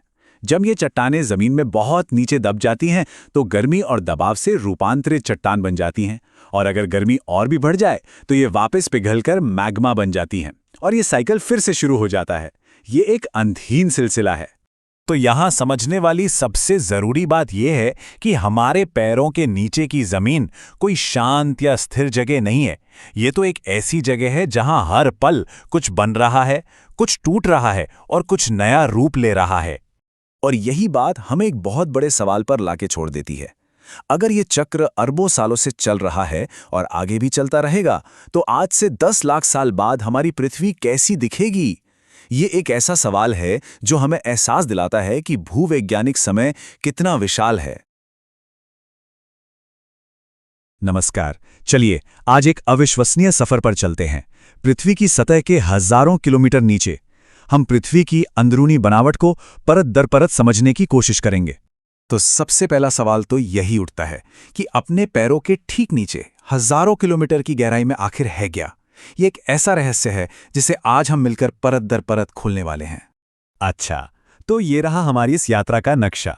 पृथ्वी का ये जो क्रॉस सेक्शन है ना, यही हमें सतह से लेकर एकदम सेंटर तक का रास्ता दिखाएगा। और मजे की बात यह है कि हर परत की अपनी एक कहानी है और हम एक एक करके सबको जानने की कोशिश करेंगे। तो सफर की शुरुआत करते हैं सबसे बाहरी, सबसे नाजुक परत से। इसका नाम है भूपर्पटी, या जिसे हम क्रस्ट भी कहते हैं। अरे ये वही जमीन है जिस पर हम सब रहते हैं। ये जो क्रस्ट है ना, ये पृथ्वी की सबसे पतली, सबसे बाहरी लेयर है। इसकी औसत मोटाई अगर देखें तो करीब 100 किलोमीटर तक होती है। जरा अंदाजा लगाइए, पूरे ग्रह के साइज के हिसाब से ये परत बस एक सेब के छिलके जितनी ही पतली है ना? कमाल की बात। लेकिन हाँ, एक बात और, ये मोटाई हर जगह एक जैसी बिल्कुल नहीं है। जैसे महाद्वीपों के नीचे ये करीब करीब 30 किलोमीटर मोटी है, वहीं समंदर के नीचे ये घटकर सिर्फ 5 किलोमीटर ही रह जाती है। मतलब कितना बड़ा फर्क है दोनों में। ठीक है, तो क्रस्ट को समझ लिया। अब थोड़ा और गहरा चलते हैं। क्रस्ट के ठीक नीचे जो विशाल, एक तरह से बहती हुई परत है, उसे कहते हैं प्रावार या मैंटल। और ये मैंटल, अरे इसका फैलाव तो जबरदस्त है। ये क्रस्ट का ठीक नीचे से शुरू होकर सोचिए 2900 किलोमीटर की गहराई तक जाता है। सही में ये पृथ्वी का सबसे बड़ा हिस्सा है। और अगर वॉल्यूम की बात करें, मतलब आयतन की, तो ये जानकर हैरानी होगी कि पृथ्वी के टोटल वॉल्यूम का लगभग 83% हिस्सा अकेले इसी मैंटल का है। ये आंकड़ा ही बता देता है कि ये परत कितनी विशाल है। अच्छा, और वजन का क्या? मतलब अगर हम मास या द्रव्यमान की बात करें तो पृथ्वी के टोटल मास का करीब 60% हिस्सा भी मैंटल में ही है। तो मतलब ये सिर्फ साइज में ही बड़ा नहीं है, बल्कि सबसे वजनी हिस्सों में से भी एक है। मैंटल में ही एक बड़ी अनोखी जगह है इसके ऊपरी हिस्से में। इसे कहते हैं निम्न गति का मंडल। अब होता क्या है कि यहां पहुंचते ही भूकंप की लहरें धीमी पड़ जाती हैं। इससे साइंटिस्ट को यह अंदाजा लगता है कि ये एरिया थोड़ा थोड़ा पिघला हुआ है और इसी वजह से इसके ऊपर की जो टेक्टोनिक प्लेट्स हैं वो मूव कर पाती हैं। चलिए, अब हम अपने सफर के आखिरी पड़ाव पर आ पहुंचे हैं। हम जा रहे हैं पृथ्वी के धधकते हुए केंद्र में, जिसे हम कहते हैं कोर। यहां का टेम्परेचर तो बस पूछिए मत, अविश्वसनीय रूप से गर्म, करीब करीब 6000 डिग्री सेल्सियस। ये पता है कितना है? ये सूरज की सतह के तापमान के बराबर है। सोचकर भी अजीब लगता है ना? अब देखिए, कोर वॉल्यूम में भले ही मेंटल जितना बड़ा ना हो, पर यह बहुत ज्यादा घना है, मतलब डेंस है। पृथ्वी के टोटल मास का लगभग 32% हिस्सा इसी कोर में है। और अब सुनिए सबसे हैरान करने वाली बात। इतने ज्यादा टेम्परेचर के बावजूद इतना जबरदस्त दबाव है कि कोर का जो एकदम बीच का हिस्सा है ना, वो सॉलिड है, यानी ठोस। कमाल है। तो ये तो हो गई फिजिकल लेयर्स की बात, क्रस्ट, मेंटल, कोर। लेकिन पृथ्वी को समझने का एक और भी तरीका है, और वो है उसकी केमिकल बनावट के आधार पर। चलिए अब इस दूसरे नजरिए से भी ग्रह को देखते हैं कि ये क्या कहता है। काफी पहले की बात है, एक जियोलॉजिस्ट थे, एडवर्ड स्वेस। उन्होंने केमिकल कॉम्पोजिशन, मतलब रासायनिक बनावट के हिसाब से पृथ्वी की परतों का एक मॉडल दिया था। यह मॉडल इस बात पर फोकस करता है कि पृथ्वी असल में किन एलिमेंट्स से बनी है। तो उनके मॉडल के हिसाब से 3 परतें थीं। सबसे ऊपर वाली का नाम रखा सियाल, SiAl, क्योंकि ये सिलिका और एल्यूमिनियम से बनी है। बीच वाली को कहा सीमा, SiMa, यानी सिलिका और मैग्नीशियम। और सबसे अंदर वाली परत हो गई नीफे, NiFe, मतलब निकल और फेरस यानी लोहा। तो ये नाम सीधे सीधे इसके मेन एलिमेंट से ही बना दिए गए। अब यहां एक बहुत जरूरी फर्क समझना होगा। अगर हम पूरी पृथ्वी को एक साथ देखें तो उसमें सबसे ज्यादा है लोहा, करीब 35.5%, और फिर ऑक्सीजन 30%। लेकिन अगर हम सिर्फ ऊपर की पतली सी क्रस्ट को देखें तो कहानी पूरी तरह बदल जाती है।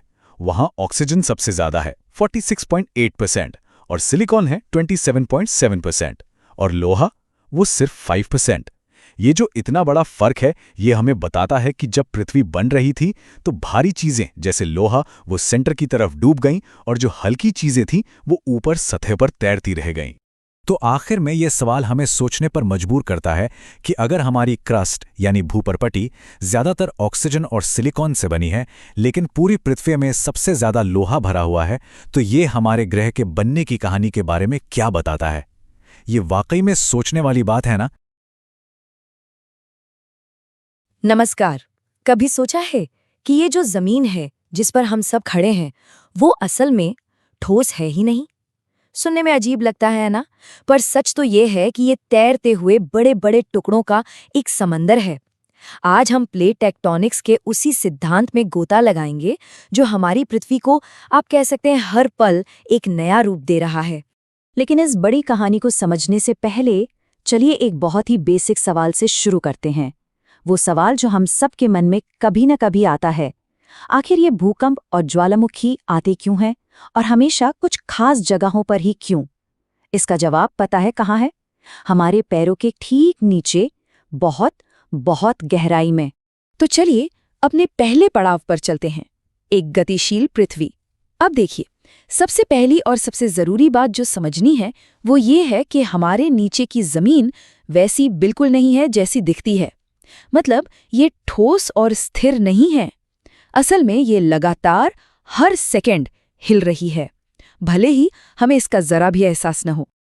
आप सोचिए, सदियों तक साइंटिस्ट के लिए ये एक बहुत बड़ी पहेली थी कि महाद्वीपों का ये अजीब सा आकार, ये जो भूकंप की तबाही है, ये सब होता क्यों है? वो हैरान थे, परेशान थे। लेकिन फिर एक सिंगल थियरी सामने आई जिसने इस पूरे रहस्य का ताला ही खोल दिया। तो आते हैं अपने दूसरे सेक्शन पर, प्लेट टेक्टोनिक्स का सिद्धांत। और हाँ, उस ताले की चाबी का नाम है प्लेट टेक्टोनिक्स। ये कोई मामूली आइडिया नहीं था। ये क्रांतिकारी विचार था जिसने हमारे प्लैनेट की जो ऊपरी परत है ना, जिसे हम क्रस्ट कहते हैं, उसकी सबसे बड़ी पहेली को सुलझाकर रख दिया। तो आखिर ये सिद्धांत कहता क्या है? चलिए इसे बिल्कुल आसान भाषा में समझते हैं। ये थियरी कहती है कि हमारी पृथ्वी की जो सबसे ऊपरी ठोस परत है ना, जिसे लिथोस्फीयर या स्थलमंडल कहते हैं, वो एक सेब के छिलके की तरह पूरी एक नहीं है, नहीं, बल्कि वो कई बड़े बड़े टुकड़ों में टूटी हुई है, और इन्हीं टूटे हुए टुकड़ों को हम कहते हैं प्लेट्स। और हाँ, ये जो इतना बड़ा आइडिया था, ये किसी एक इंसान के दिमाग की उपज नहीं थी। इसे बनने में, इसे अपने आज के रूप में आने में काफी समय लगा। शुरुआत तो 1962 में हैरी हेज ने की थी, लेकिन उसके बाद मॉर्गन, मैकेंजी, होम्स ऐसे कई साइंटिस्ट्स ने मिलकर इस पजल के अलग अलग टुकड़ों को जोड़ा। तब जाकर ये थ्योरी पूरी हुई। तो आप इसे एक बहुत बड़ी, मतलब एक विशाल जिक्सॉ पजल की तरह इमेजिन कर सकते हैं। हमारी पृथ्वी की पूरी सतह 7 बड़ी प्लेट्स और करीब करीब 20 छोटी प्लेट्स से मिलकर बनी है। और कमाल की बात यह है कि ये सारी प्लेट्स एक दूसरे के मुकाबले लगातार खिसक रही हैं। और ये हैं वो 7 बड़ी प्लेट्स: पैसिफिक यानी प्रशांत plate, African plate, North American, South American, Indo Australian, Eurasian और अंटार्कटिका प्लेट। जरा सोचिए, दुनिया के सारे महाद्वीप, सारे महासागर इन्हीं विशाल टुकड़ों पर टिके हुए हैं। असल में यही हमारी दुनिया का नक्शा बनाते हैं। अब आते हैं तीसरे और सबसे दिलचस्प सवाल पर। आखिर ये प्लेट्स हिलती क्यों हैं? मतलब ठीक है, ये तो समझ आ गया कि प्लेट्स हैं और वो हिल रही हैं, पर इन्हें हिलाने वाली ताकत कहाँ से आ रही है? वो कौन सा इंजन है जो इन करोड़ों टन वजनी प्लेट्स को खिसका रहा है? इसका जवाब पृथ्वी की सतह के बहुत नीचे छिपा है। हमारे इस ठोस स्थल मंडल के ठीक नीचे एक ऐसी लेयर है जो न तो पूरी तरह सॉलिड है और न ही लिक्विड। आप इसे गर्म शहद या पिघले हुए डामर जैसा कुछ समझ सकते हैं। इसे कहते हैं एस्थेनोस्फीयर या दुर्बल मंडल, और असली खेल यहीं से शुरू होता है। अब देखिए ये काम कैसे करता है। एस्थेनोस्फीयर में गर्मी इतनी ज्यादा है कि चट्टानें पिघलकर एक गाढ़े चिपचिपे पदार्थ में बदल जाती हैं। अब इस गर्मी से वहां संवहनीय धाराएं यानी कन्वेक्शन करंट्स पैदा होती हैं। ये बिल्कुल वैसा ही है जैसे आप किसी पतीले में पानी उबालते हैं और वो गोल गोल घूमता है, और बस यही गोल गोल घूमती हुई धाराएं अपने ऊपर रखी ठोस प्लेटों को एक कन्वेयर बेल्ट की तरह धीरे धीरे अपने साथ खिसकाती रहती हैं। तो पूरे मामले का सार ये है कि स्थल मंडल की जो ठोस प्लेट्स हैं वो असल में नीचे मौजूद एस्थेनोस्फीयर के ऊपर एक तरह से तैर रही हैं या कह लीजिए कि गति कर रही हैं। ये एक बहुत बड़ा नेचुरल कन्वेयर बेल्ट है जो हमारे महाद्वीपों को लगातार इधर से उधर ले जा रहा है। तो अब हम कहानी के सबसे रोमांचक हिस्से पर आते हैं कि जब ये विशाल प्लेट्स आपस में टकराती हैं तब क्या होता है, क्योंकि असली एक्शन, असली ड्रामा यानी भूकंप और ज्वालामुखी वो सब इन्हीं प्लेट्स के किनारों पर होता है। अब देखिए, मोटे तौर पर इन प्लेट्स के किनारों पर, जिन्हें हम मार्जिन कहते हैं, 3 तरह की चीजें हो सकती हैं। ये इस बात पर डिपेंड करता है कि प्लेट्स एक दूसरे की तरफ आ रही हैं, एक दूसरे से दूर जा रही हैं या फिर एक दूसरे के बगल से सिर्फ खिसक रही हैं। इन 3 तरह के किनारों के नाम है, पहला विनाशात्मक यानी डिस्ट्रक्टिव, जहां प्लेटें टकरा कर नष्ट होती हैं। दूसरा संरचनात्मक यानी कंस्ट्रक्टिव, जहां प्लेट्स के अलग होने से नई जमीन बनती है। और तीसरा संरक्षी यानी कंजर्वेटिव, जहां प्लेट्स बस एक दूसरे के साइड से रगड़ खाकर निकल जाती हैं और हर एक किनारा हमारी पृथ्वी पर बिल्कुल अलग तरह का असर डालता है। तो चलिए अब अपने सबसे पहले सवाल के जवाब के लिए सबसे जरूरी किनारे पर फोकस करते हैं, और वो है विनाशात्मक किनारा, क्योंकि यहीं पर हमारे प्लैनेट की सबसे जबरदस्त, सबसे शक्तिशाली ताकतें देखने को मिलती हैं। तो यहाँ होता क्या है जरा देखिए। जब 2 प्लेट्स आमने सामने से टकराती हैं तो जो प्लेट ज्यादा भारी होती है ना, वो हल्की वाली प्लेट के नीचे खिसक जाती है, धंस जाती है। अब इस जबरदस्त टक्कर और रगड़ से जो एनर्जी निकलती है वही भूकंप के रूप में महसूस होती है, और साथ ही जो प्लेट नीचे जा रही है वो गर्मी से पिघलने लगती है, और यही पिघला हुआ पत्थर यानी मैग्मा ऊपर उठकर ज्वालामुखी बना देता है। तो इसका मतलब क्या हुआ? इसका मतलब ये कि दुनिया के सबसे ऊंचे पहाड़ जैसे कि हिमालय और समंदर की सबसे गहरी खाइयां, ये सब कुछ इन्हीं प्लेट्स की धीमी लेकिन लगातार होने वाली टक्कर का नतीजा है। ये एक ऐसी ताकत है जो एक तरफ विनाश करती है तो दूसरी तरफ निर्माण भी, और यही हमारे प्लैनेट को लगातार एक नया चेहरा, एक नया रूप देती रहती है। और ये सब हमें एक आखिरी और सच कहूं तो हैरान कर देने वाले विचार के साथ छोड़ जाता है। अगर ये प्लेट्स हमेशा से ही चल रही हैं और आगे भी चलती रहेंगी, तो इसका मतलब है कि आज हम दुनिया का जो नक्शा देखते हैं वो परमानेंट नहीं है। जरा सोचकर देखिए, आज से करोड़ों साल बाद हमारी ये दुनिया कैसी दिखेगी। शायद सारे महाद्वीप किसी और जगह पर होंगे और नए नए पहाड़ कहीं और बन रहे होंगे। नमस्कार। कभी सोचा है कि हमारी पृथ्वी, ये दुनिया हमेशा से वैसे ही दिखती थी जैसी आज दिखती है? आज हम समय में थोड़ा पीछे चलेंगे और एक ऐसी क्रांतिकारी थ्योरी को समझेंगे जिसने इस सवाल का जवाब ही बदल कर रख दिया। जी हाँ, हम बात कर रहे हैं एल्फ्रेड वेगनर के महाद्वीपीय विस्थापन सिद्धांत की। तो चलिए इस रोमांचक सफर की शुरुआत करते हैं। ये कोई मामूली संयोग नहीं है, बल्कि एक बहुत बड़ी पहेली का पहला सबसे जरूरी टुकड़ा है। एक ऐसी पहेली जिसने सदियों तक वैज्ञानिकों को उलझाए रखा, और यहीं से, इसी एक ऑब्जर्वेशन से हमारी आज की कहानी शुरू होती है। सोचकर देखिए, ये पहेली सालों से, सदियों से दुनिया के नक्शे पर सबके सामने थी, लेकिन किसी के पास इसका कोई ठोस जवाब नहीं था। फिर एक शख्स आया जिसने एक ऐसा आइडिया सामने रखा जिसे सुनकर उस दौर के लोग सचमुच हैरान रह गए। और ये है हमारी कहानी के हीरो, एल्फ्रेड वैगनर, एक जर्मन मौसम विज्ञानी और ध्रुवीय खोजकर्ता। साल था 1912 जब उन्होंने भूविज्ञान की दुनिया में एक तरह का धमाका कर दिया। उनका दावा था कि ये जो महाद्वीप आज हमें अलग अलग दिखते हैं, ये हमेशा से ऐसे नहीं थे, बल्कि कभी एक साथ एक दूसरे से जुड़े हुए थे। तो वैगनर का ये सिद्धांत आखिर था क्या? उन्होंने एक ऐसे प्राचीन विश्व की कल्पना की जो आज के हमारे नक्शे से बिल्कुल अलग था। आइए जानते हैं कैसा दिखता था वो दुनिया का पुराना नक्शा। वेगनर के मुताबिक करोड़ों साल पहले दुनिया के सारे महाद्वीप एक साथ चिपके हुए थे और एक बहुत बड़ा सुपर कॉन्टिनेंट बनाते थे। उन्होंने इसे नाम दिया पैंजिया। पैंजिया का मतलब है सारी जमीन, और जमीन का ये विशाल टुकड़ा एक विशाल महासागर से घिरा हुआ था, जिसे उन्होंने कहा पेंथालसा, यानी सारा पानी। तो ये दो शब्द याद रखने बहुत जरूरी हैं। पैंजिया यानी सारी जमीन एक साथ, और पैंथालसा वो इकलौता विशाल महासागर। यही वेगनर के सिद्धांत का, उनकी थ्योरी का मूल आधार था। अब देखिए, इतना बड़ा दावा करने के लिए वेगनर को ठोस सबूतों की जरूरत तो पड़नी ही थी, और उन्होंने सच में एक जासूस की तरह दुनिया भर से सुराग इकट्ठा करना शुरू कर दिया ताकि वो अपनी बात को साबित कर सकें। वैगनर ने एक नहीं बल्कि 3 जबरदस्त सबूत पेश किए। पहला, जिसे जिक्सॉ फिट कहते हैं, यानी महाद्वीपों का एक दूसरे में पहेली के टुकड़ों की तरह एकदम फिट बैठना। दूसरा, जीवाश्मों का सबूत। ग्लॉसोपेरिस नाम के एक पौधे के जीवाश्म दक्षिण अमेरिका, अफ्रीका, यहाँ तक कि भारत में भी मिले, जबकि इसके बीज तैरकर इतनी दूर तो जा ही नहीं सकते थे। और तीसरा, चट्टानों का सबूत। बर्फीले युग की चट्टानें, जिन्हें टिलाइट कहते हैं, वो आज के गर्म इलाकों में मिली। ये सारे सुराग मिलकर एक ही कहानी बता रहे थे कि ये सभी महाद्वीप कभी न कभी एक साथ थे। तो ठीक है, अगर सारे महाद्वीप एक साथ थे तो फिर सवाल ये उठता है कि वो अलग कैसे हुए। वैगनर के सिद्धांत के अनुसार पैंजिया हमेशा एक जैसा नहीं रहा। एक समय आया जब वो टूटना शुरू हो गया। पैंजिया सबसे पहले 2 बड़े हिस्सों में टूटा। इसके उत्तरी हिस्से को अंगारा लैंड या लॉरेशिया कहा गया, और दक्षिणी हिस्से को कहा गया गोंडवाना लैंड। और इन दोनों के बीच में एक नया सागर बन गया, जिसे टेथिस सागर का नाम दिया गया। और कमाल की बात तो ये है कि ये दोनों भूभाग एक दूसरे से बिल्कुल अलग थे।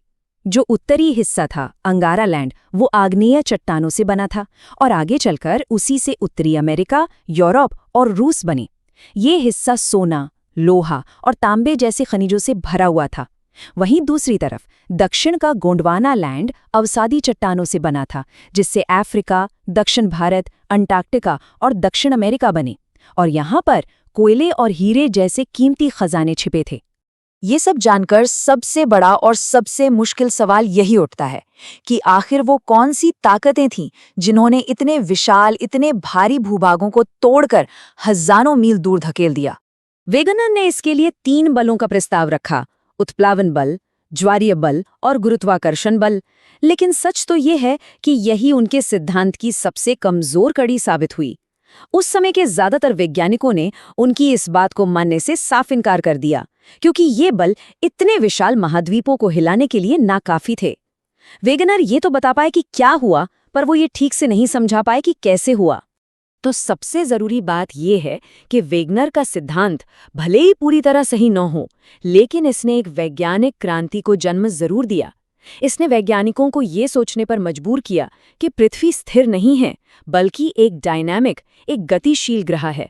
और इसी सिद्धांत ने आगे चलकर प्लेट टेक्टोनिक्स की आधुनिक थ्योरी की नींव रखी। सवाल अब यह है कि इस एक विचार ने विज्ञान की और कौन-कौन सी शाखाओं को हमेशा के लिए बदल दिया।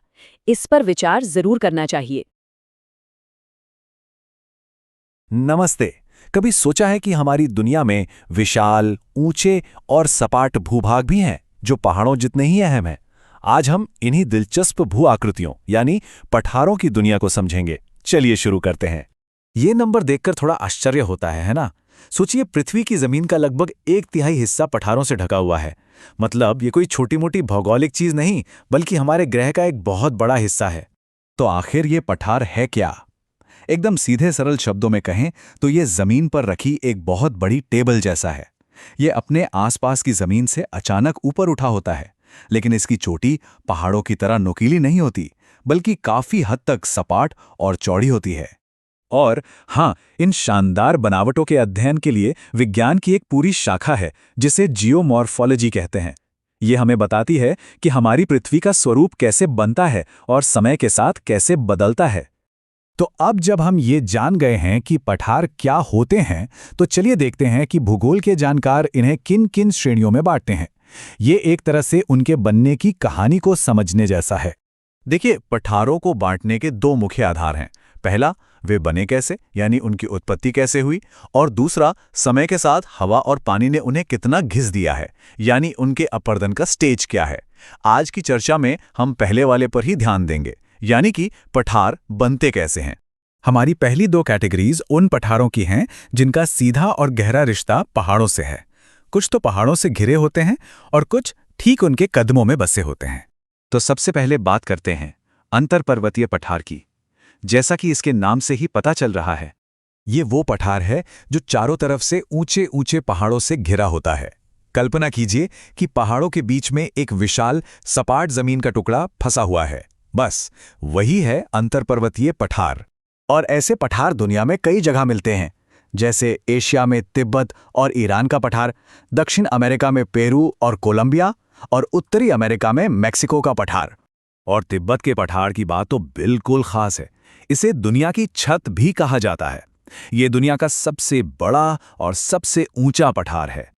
अच्छा, अब आते हैं दूसरे प्रकार पर, जिसे कहते हैं गिरिपदीय पठार या पीडोमोंट प्लेटो। गिरिपदीय का मतलब ही है पहाड़ के पैर। तो ये वो पठार है जो एक तरफ से ऊंचे पहाड़ से और दूसरी तरफ किसी मैदान या समुद्र से घिरा होता है। ये बिल्कुल पहाड़ की तलहटी में फैला होता है।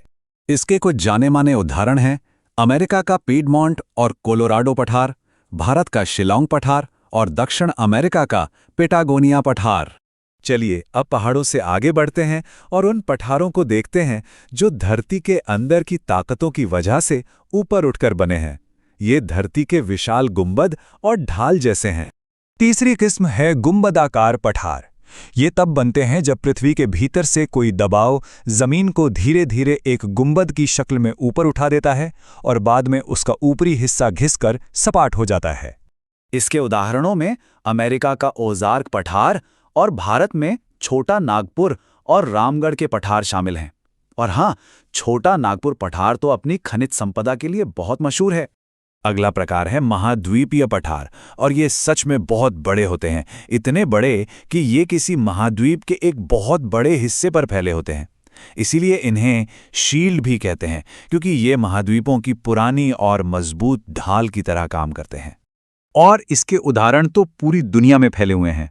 भारत का अपना प्रायद्वीपीय पठार, जिसे दक्कन का पठार भी कहते हैं, ऑस्ट्रेलिया का पठार, ब्राज़ील और कनाडा की शील्ड्स और अरब का पठार, ये सब इसी में आते हैं। और अब हम आते हैं अपनी आखिरी श्रेणी पर। ये वो पठार हैं जिन्हें प्रकृति की सबसे ताकतवर शक्तियों में से एक यानी ज्वालामुखी ने बनाया है। ये पठार तब बनते हैं जब जमीन में मौजूद दरारों से भारी मात्रा में लावा बाहर निकलकर एक बहुत बड़े इलाके में फैल जाता है। फिर लावा की परत दर परत जमती जाती है और एक ऊंचा सपाट मैदान तैयार हो जाता है। भारत का दक्कन पठार इसका एक क्लासिक उदाहरण है, जो बेसाल्ट लावा से बना है।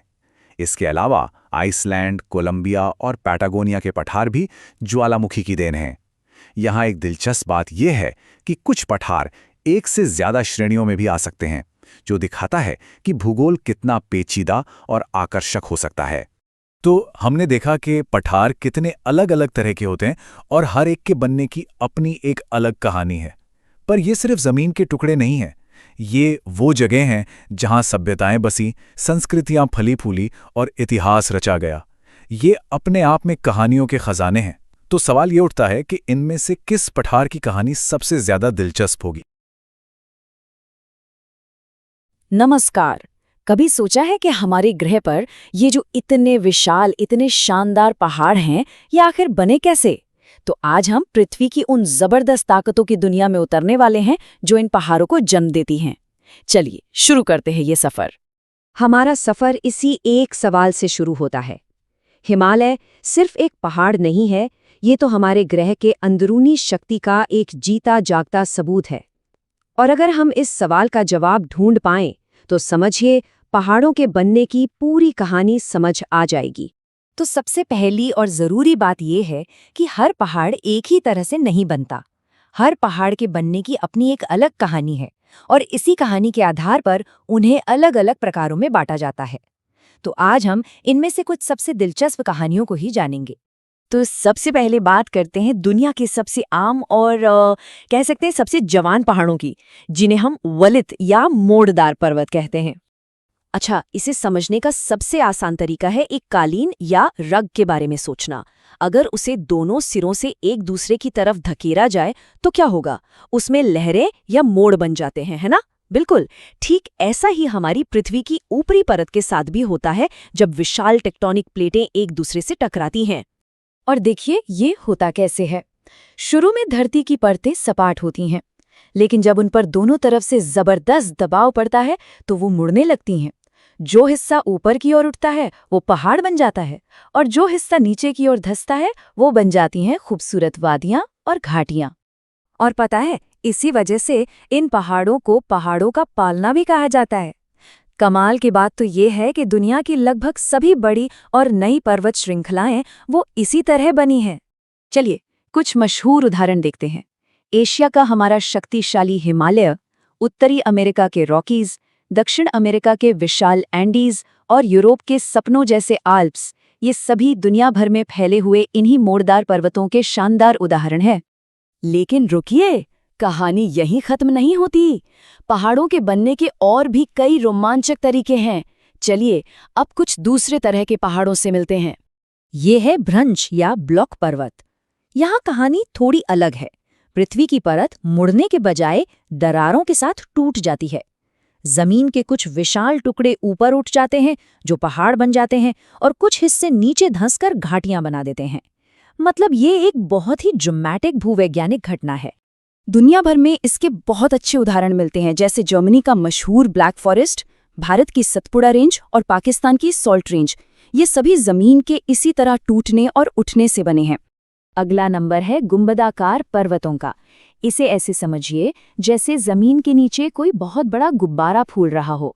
इसमें पिघला हुआ गर्म मैग्मा सतह को ऊपर की ओर धकेलता है, लेकिन वो फटकर बाहर नहीं आता। बस इसी दबाव से जमीन एक गोल गुंबद की शक्ल में ऊपर उठ जाती है। संयुक्त राज्य अमेरिका में इसके कुछ क्लासिक उदाहरण हैं, जैसे कि ब्लैक हिल्स और बिघॉन पर्वत। और आखिर में मिलते हैं अवशिष्ट पर्वतों से। ये असल में हमारे ग्रह के सबसे पुराने, सबसे बुजुर्ग पहाड़ों के बचे हुए हिस्से हैं। लाखों करोड़ों सालों तक हवा, पानी और बर्फ की मार झेलकर ये घिस चुके हैं, लेकिन आज भी अपनी कहानी सुनाने के लिए शान से खड़े हैं। भारत में इसके कुछ सबसे बेहतरीन नमूने देखने को मिलते हैं। अरावली श्रृंखला, जो दुनिया की सबसे पुरानी पर्वत श्रृंखलाओं में से एक मानी जाती है, साथ ही विंध्याचल रेंज और पश्चिमी घाट भी, ये सभी इसी प्राचीन विरासत का हिस्सा हैं। तो अब जब हम ये जान चुके हैं कि पहाड़ बनते कैसे हैं, तो चलिए इन भूवैज्ञानिक सुपरस्टारों से मिलते हैं और इनके बारे में कुछ हैरान कर देने वाले तथ्य जानते हैं। कुछ मजेदार बातें। क्या आपको पता है कि कनाडा के ब्रिटिश कोलंबिया को पहाड़ों का सागर कहा जाता है? और हाँ, ये तो हम जानते ही हैं कि दुनिया की सबसे ऊंची पर्वत श्रृंखला हमारा अपना शक्तिशाली हिमालय ही है। लेकिन जब बात ऊंचाई की नहीं बल्कि लंबाई की हो तो कहानी पूरी तरह बदल जाती है। एंडीज पर्वत श्रृंखला लगभग 7000 किलोमीटर लंबी है, जो कि बहुत ज्यादा है। पर इसकी तुलना जरा मध्यम महासागरीय कटक से कीजिए, जो इससे कई कई गुना ज्यादा लंबी है। और ये आंकड़ा तो सच में दिमाग घुमा देने वाला है। 65,000 किलोमीटर। जी हाँ, ये पृथ्वी पर सबसे लंबी पर्वत श्रृंखला है, और इसका ज्यादातर हिस्सा हमारी नजरों से दूर समंदर की गहराइयों में छुपा हुआ है। ये हमारे ग्रह के चारों ओर फैली एक विशाल रीढ़ की हड्डी की तरह है। और अब चलते हैं दुनिया के सबसे ऊंचे मुकामों पर। ये हैं 7 समिट्स, यानी हर महाद्वीप की सबसे ऊंची चोटी। एशिया में माउंट एवरेस्ट से लेकर ऑस्ट्रेलिया में माउंट कोजियास्को तक, ये चोटियां दुनिया भर के पर्वतारोहियों के लिए सबसे बड़ी चुनौती और सबसे बड़ा सपना है। तो आज हमने देखा कि पहाड़ कैसे बनते हैं, लेकिन ये कहानी कभी खत्म नहीं होती। जिन ताकतों ने इन पहाड़ों को खड़ा किया है, वो आज भी इसी पल चुपचाप अपना काम कर रही हैं। और ये हमें एक बहुत दिलचस्प सवाल पर छोड़ जाता है। क्या आज जहां समुद्र है, वहां कल कोई नया हिमालय खड़ा होगा? सोचिएगा जरूर। नमस्कार, आज हम सब एक बड़ी ही दिलचस्प यात्रा पर निकलने वाले हैं। एक ऐसी यात्रा जो हमें हमारे ग्रह की सुरक्षा कवच यानी वायुमंडल की अलग अलग परतों के बारे में बताएगी। तो तैयार हैं? चलिए शुरू करते हैं। तो सबसे पहले एक सवाल, ये जो जमीन है जिस पर हम खड़े हैं और ऊपर जो गहरा अनंत अंतरिक्ष है, इन दोनों के बीच में आखिर है क्या? क्या ये सिर्फ एक खाली जगह है? जी नहीं, बिल्कुल नहीं। और ये देखिए, इसे हमारी इस यात्रा का नक्शा समझ लीजिए। हमारा जो वायुमंडल है वो कोई एक चीज नहीं है। जैसा कि यहाँ दिख रहा है, ये कई अलग अलग परतों से मिलकर बना है। और मजे की बात यह है कि हर परत का अपना एक खास काम है। तो चलिए अपनी चढ़ाई शुरू करते हैं।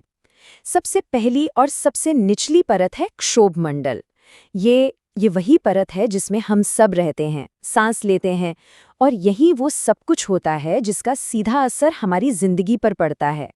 बिल्कुल, ये वो लेयर है जहां हम जीते हैं, सांस लेते हैं। लेकिन सबसे जरूरी बात, मौसम की जितनी भी हलचल है ना, चाहे वो बारिश हो, बादल गरज रहे हों या फिर तूफान आ रहा हो, सब कुछ इसी परत के अंदर होता है।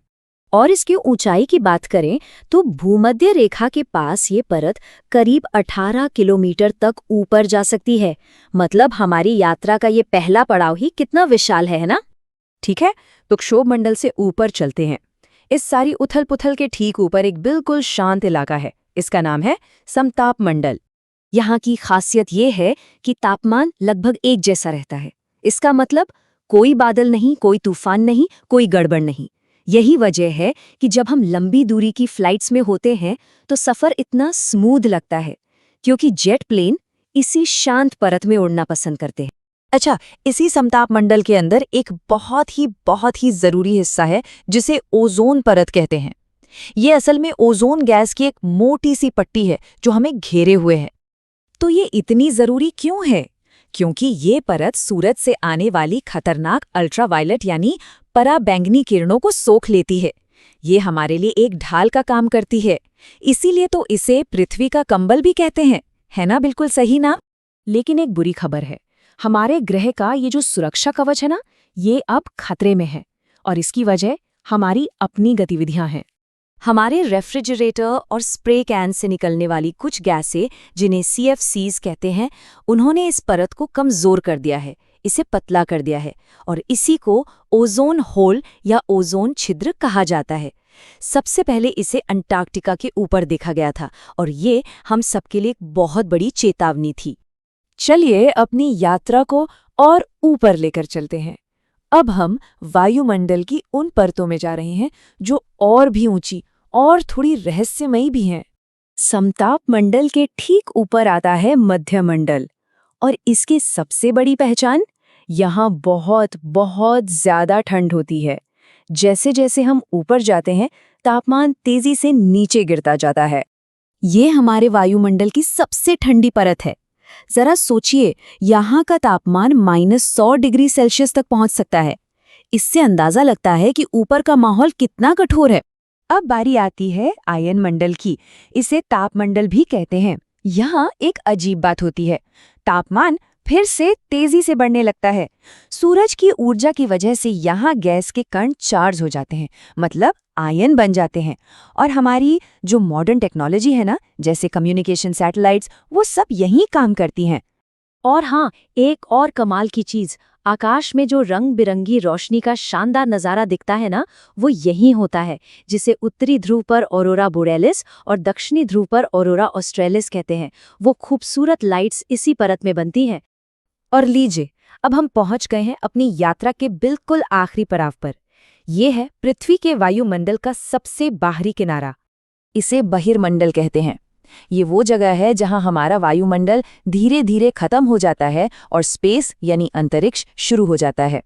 यहाँ गैसें इतनी हल्की और बिखरी हुई होती हैं कि वो बस अंतरिक्ष में मिल जाती हैं। जो हमारे बड़े बड़े सैटेलाइट्स हैं, वो इसी इलाके में घूमते हैं। और मौसम की जानकारी देने वाले जो जियोस्टैटिक सैटेलाइट्स होते हैं, वो तो यहाँ से भी बहुत ऊपर, करीब 36,000 किलोमीटर की ऊंचाई पर होते हैं। सोचिए, हमारी ये यात्रा जमीन से शुरू होकर कितनी दूर तक चली गई। तो इस पूरी यात्रा से क्या समझ आता है?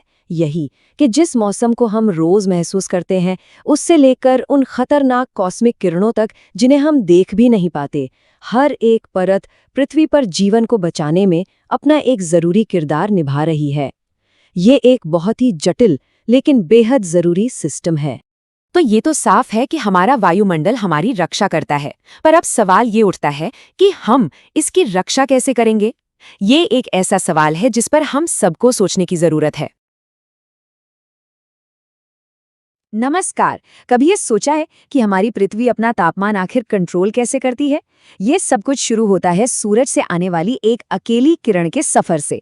आज हम उसी रोमांचक सफर पर निकलेंगे, ये समझने के लिए कि गर्मी कैसे बनती है, कैसे फैलती है और हमारे ग्रह पर जीवन को कैसे चलाती है। तो चलिए शुरू करते हैं ये सफर। लेकिन शुरू करने से पहले एक सवाल है। हम सबने महसूस किया है कि ठीक दोपहर में सूरज हमारे सिर के ऊपर होता है ना? तो फिर दिन का सबसे गर्म समय उसके 2-3 घंटे बाद क्यों होता है? सुनने में ये एक छोटा सा सवाल लगता है, लेकिन इसका जवाब पृथ्वी के पूरे एनर्जी बैलेंस की कहानी बताता है और इस पूरी बातचीत के आखिर तक इसका जवाब हमें मिल जाएगा। तो हमारी कहानी शुरू कहाँ से होती है? जाहिर है हमारे सूरज से। यहीं से वो सारी एनर्जी निकलती है जो हमारी पृथ्वी को गर्म रखती है, हमारे मौसम को चलाती है और यहाँ जिंदगी को मुमकिन बनाती है। ये करोड़ों किलोमीटर लंबा सफर है, लेकिन ये तो बस पहला कदम है। अच्छा, जब सूरज की ये एनर्जी हमारी धरती तक पहुंचती है तो उसे एक खास नाम दिया गया है, सूर्यातप या इंसोलेशन। सीधे सीधे कहें तो ये वो धूप है जो हमारे ग्रह को सूरज से मिलती है। यही वो असली पावर है जो पृथ्वी के मौसम और जलवायु को चलाती है। अब यहाँ कहानी में एक ट्विस्ट है। जुलाई में जब उत्तरी गोलार्ध में जबरदस्त गर्मी पड़ती है, तब हमारी पृथ्वी असल में सूरज से सबसे ज्यादा दूर होती है। इसे अपसौर कहते हैं। और जनवरी में जब यहाँ कड़ाके की ठंड होती है, तब पृथ्वी सूरज के सबसे करीब होती है, जिसे उपसौर कहा जाता है। तो अगर दूरी से फर्क नहीं पड़ रहा, तो फिर किस चीज से पड़ रहा है? इस पहेली का जवाब छिपा है हमारे वायुमंडल में। सूरज की किरण को जमीन तक पहुंचने से पहले एक असली रेस पार करनी पड़ती है। हमारा वायुमंडल एक गार्ड की तरह भी काम करता है और एक फिल्टर की तरह भी। इसे कहते हैं पृथ्वी का हीट बजट। इसे अपने घर के बजट की तरह समझिए। मान लीजिए सूरज हमें 100 यूनिट एनर्जी भेज रहा है, लेकिन जैसे हमारी सारी सैलरी खर्च नहीं होती, वैसे ही सारी की सारी एनर्जी पृथ्वी की सतह को गर्म नहीं करती। कुछ हिस्सा तो वायुमंडल ही सोख लेता है और कुछ को सीधा वापस स्पेस में भेज देता है। देखिए, आने वाली सोलर एनर्जी का करीब 35% हिस्सा तो बादलों और पृथ्वी की बर्फीली सतह से टकराकर सीधा अंतरिक्ष में लौट जाता है। लगभग 14% एनर्जी हमारा वायुमंडल खुद सोख लेता है और बचता है सिर्फ 51%। और बस यही वो एनर्जी है जो असल में धरती की सतह तक पहुंचकर उसे गर्म करती है। अब ये जो 51% एनर्जी पृथ्वी तक पहुंचती है, वो भी हर जगह बराबर नहीं बंटती और इसी वजह से हमारे ग्रह पर अलग अलग मौसम वाले क्षेत्र बने हैं, जिन्हें हम हीट जोन्स कहते हैं। ये होता कैसे है, इसे ऐसे समझिए। भूमध्य रेखा के पास, मतलब ट्रॉपिकल एरिया में, सूरज की किरणें लगभग सीधी पड़ती हैं, जैसे टॉर्च की सीधी रोशनी। सारी एनर्जी एक छोटे से हिस्से पर फोकस होती है, जिससे यहाँ बहुत ज्यादा गर्मी होती है। लेकिन जैसे जैसे हम ध्रुवों की तरफ जाते हैं, वही किरणें तिरछी हो जाती हैं और वही एनर्जी एक बहुत बड़े इलाके में फैल जाती है। नतीजा, वहाँ ठंडक रहती है। तो चलिए अब बड़े लेवल से हटकर अपने आसपास की बात करते हैं, मतलब हमारे रोज के अनुभव की। ये एनर्जी हमारे रोज के और सालाना तापमान के चक्र को कैसे तय करती है? और यहीं हमारी उस पहली पहेली का जवाब छिपा है। हमारी जमीन और पानी एक बहुत बड़ी रिचार्जेबल बैटरी की तरह है। ये दिन भर सूरज की गर्मी को सोखकर चार्ज होते हैं और फिर रात में धीरे धीरे उस गर्मी को छोड़ते हैं, मतलब डिस्चार्ज होते हैं। और इस चार्ज और डिस्चार्ज में थोड़ा टाइम लगता है। तो होता ये है कि भले ही दोपहर 12 बजे सूरज सबसे ज्यादा एनर्जी दे रहा हो, लेकिन हमारी धरती वाली बैटरी तो चार्ज होती रहती है, गर्मी जमा करती रहती है, इसलिए तापमान बढ़ता रहता है और अपने पीक पर पहुंचता है दोपहर 2 से 4 बजे के बीच। ठीक वैसे ही रात भर गर्मी छोड़ने के बाद बैटरी सबसे ज्यादा डिस्चार्ज होती है सूरज निकलने से ठीक पहले, सुबह 3 से 5 बजे के बीच, और इसीलिए यही दिन का सबसे ठंडा समय होता है। अब यही जो बैटरी वाला हिसाब किताब है ना, ये पूरे साल के चक्र पर भी लागू होता है। वार्षिक तापांतर किसी जगह के सबसे गर्म और सबसे ठंडे महीनों के औसत तापमान का अंतर होता है। ये हमें बताता है कि किसी जगह पर गर्मियों और सर्दियों के तापमान में कितना बड़ा बदलाव आता है। अगर हम दुनिया की सबसे ज्यादा औसत सालाना तापमान वाली जगह की बात करें, तो वो है इथियोपिया का डलोल।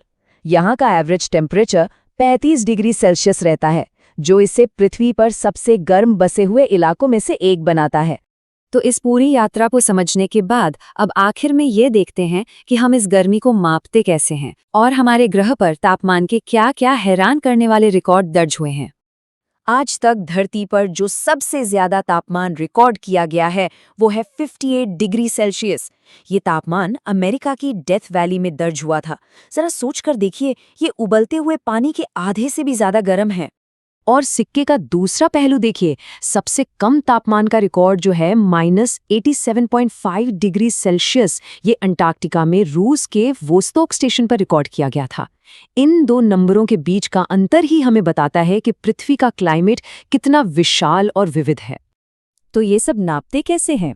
इसके लिए थर्मोमीटर का इस्तेमाल होता है और इसे बताने के लिए हम आमतौर पर सेल्सियस या फ़ारेनहाइट का इस्तेमाल करते हैं, जबकि वैज्ञानिक कामों में केल्विन यूनिट का इस्तेमाल होता है। तो हमने सूरज की एक किरण का पीछा करते हुए देखा कि हमारा ग्रह कैसे गर्म और ठंडा होता है। हम इन तापमानों को बहुत सटीक तरीके से माप भी सकते हैं, लेकिन आज का सबसे बड़ा सवाल ये है, जैसे जैसे हमारा ग्रह गर्म हो रहा है, क्या हम ये अंदाज़ा लगा सकते हैं कि भविष्य में गर्मी और सर्दी के ये रिकॉर्ड कितने और टूटेंगे? ये एक ऐसा सवाल है जिसका जवाब हम सभी पर असर डालेगा।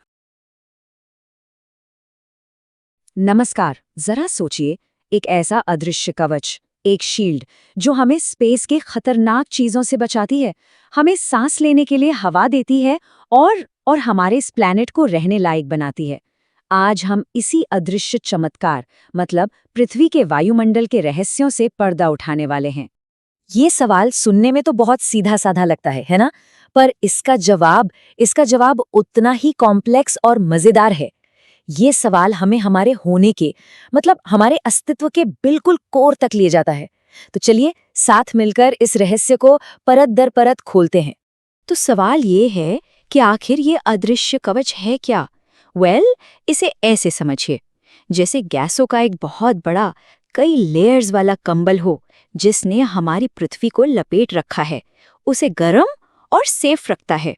और इसी को हम कहते हैं एटमॉस्फेयर यानी वायुमंडल।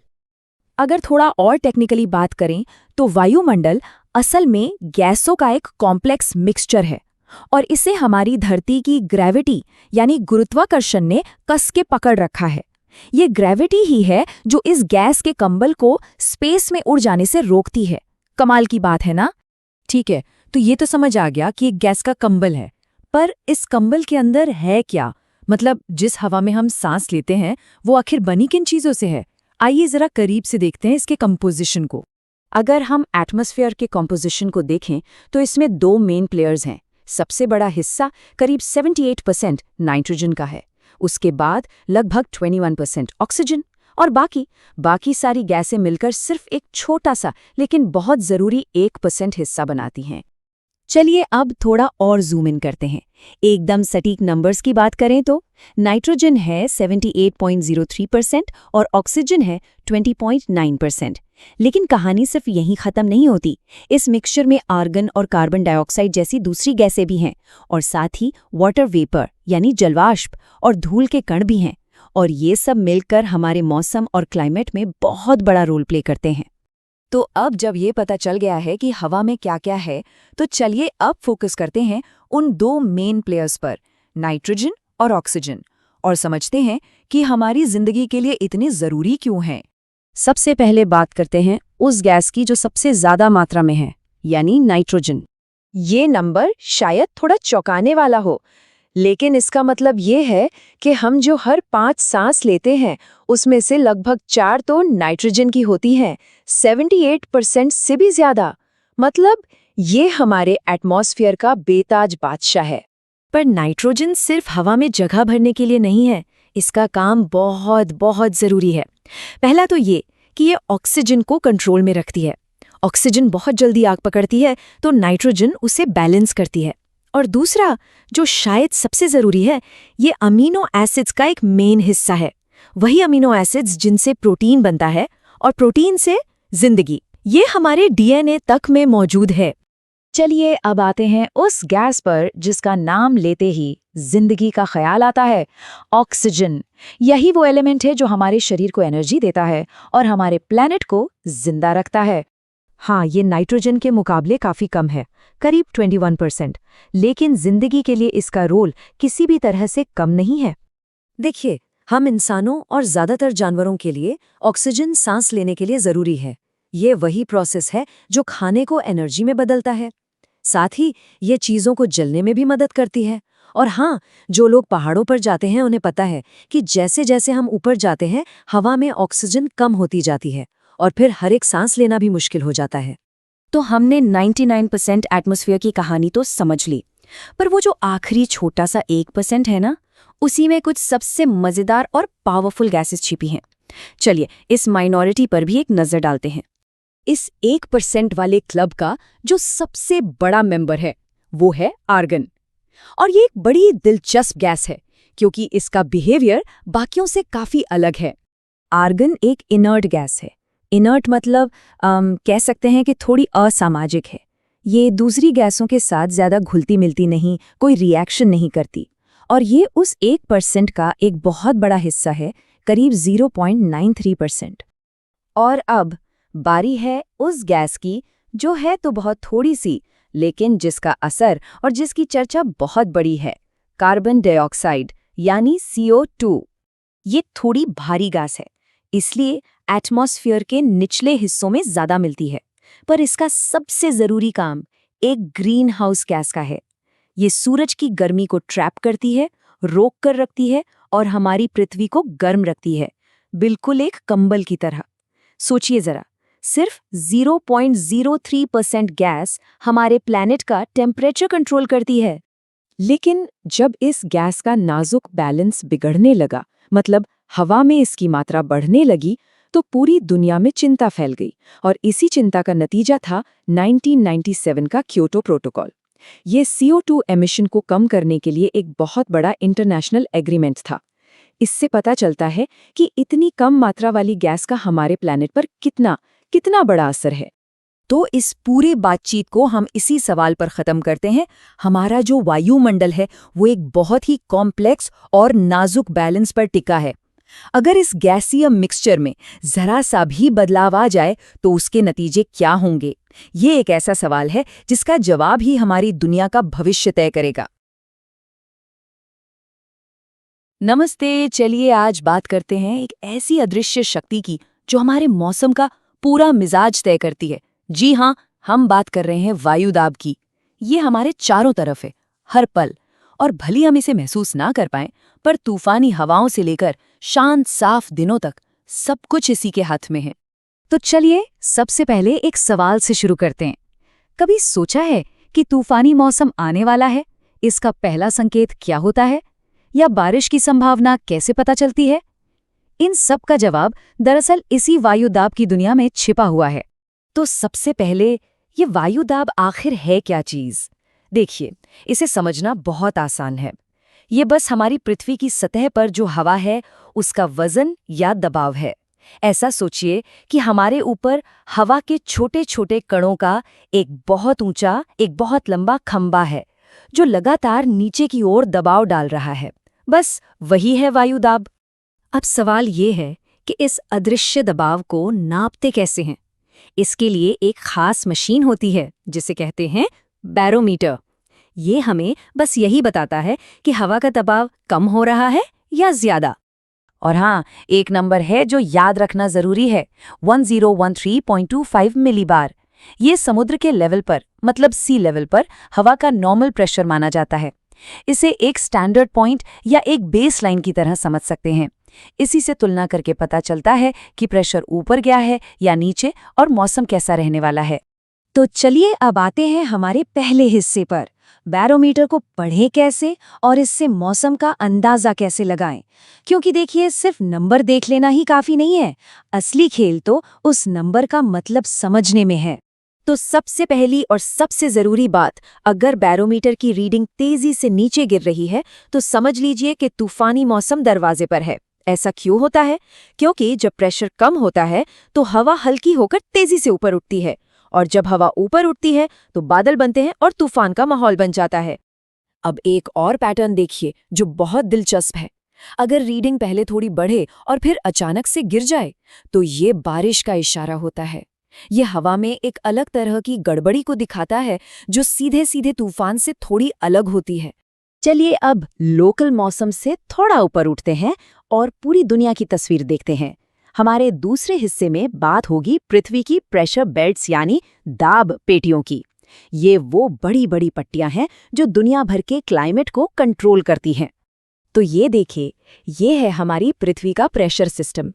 स्क्रीन पर ये जो अलग अलग रंग की पट्टियां या बैंड्स दिख रही हैं ना, ये असल में हाई प्रेशर और लो प्रेशर के बहुत बड़े बड़े इलाके हैं जिन्होंने पूरी पृथ्वी को घेर रखा है।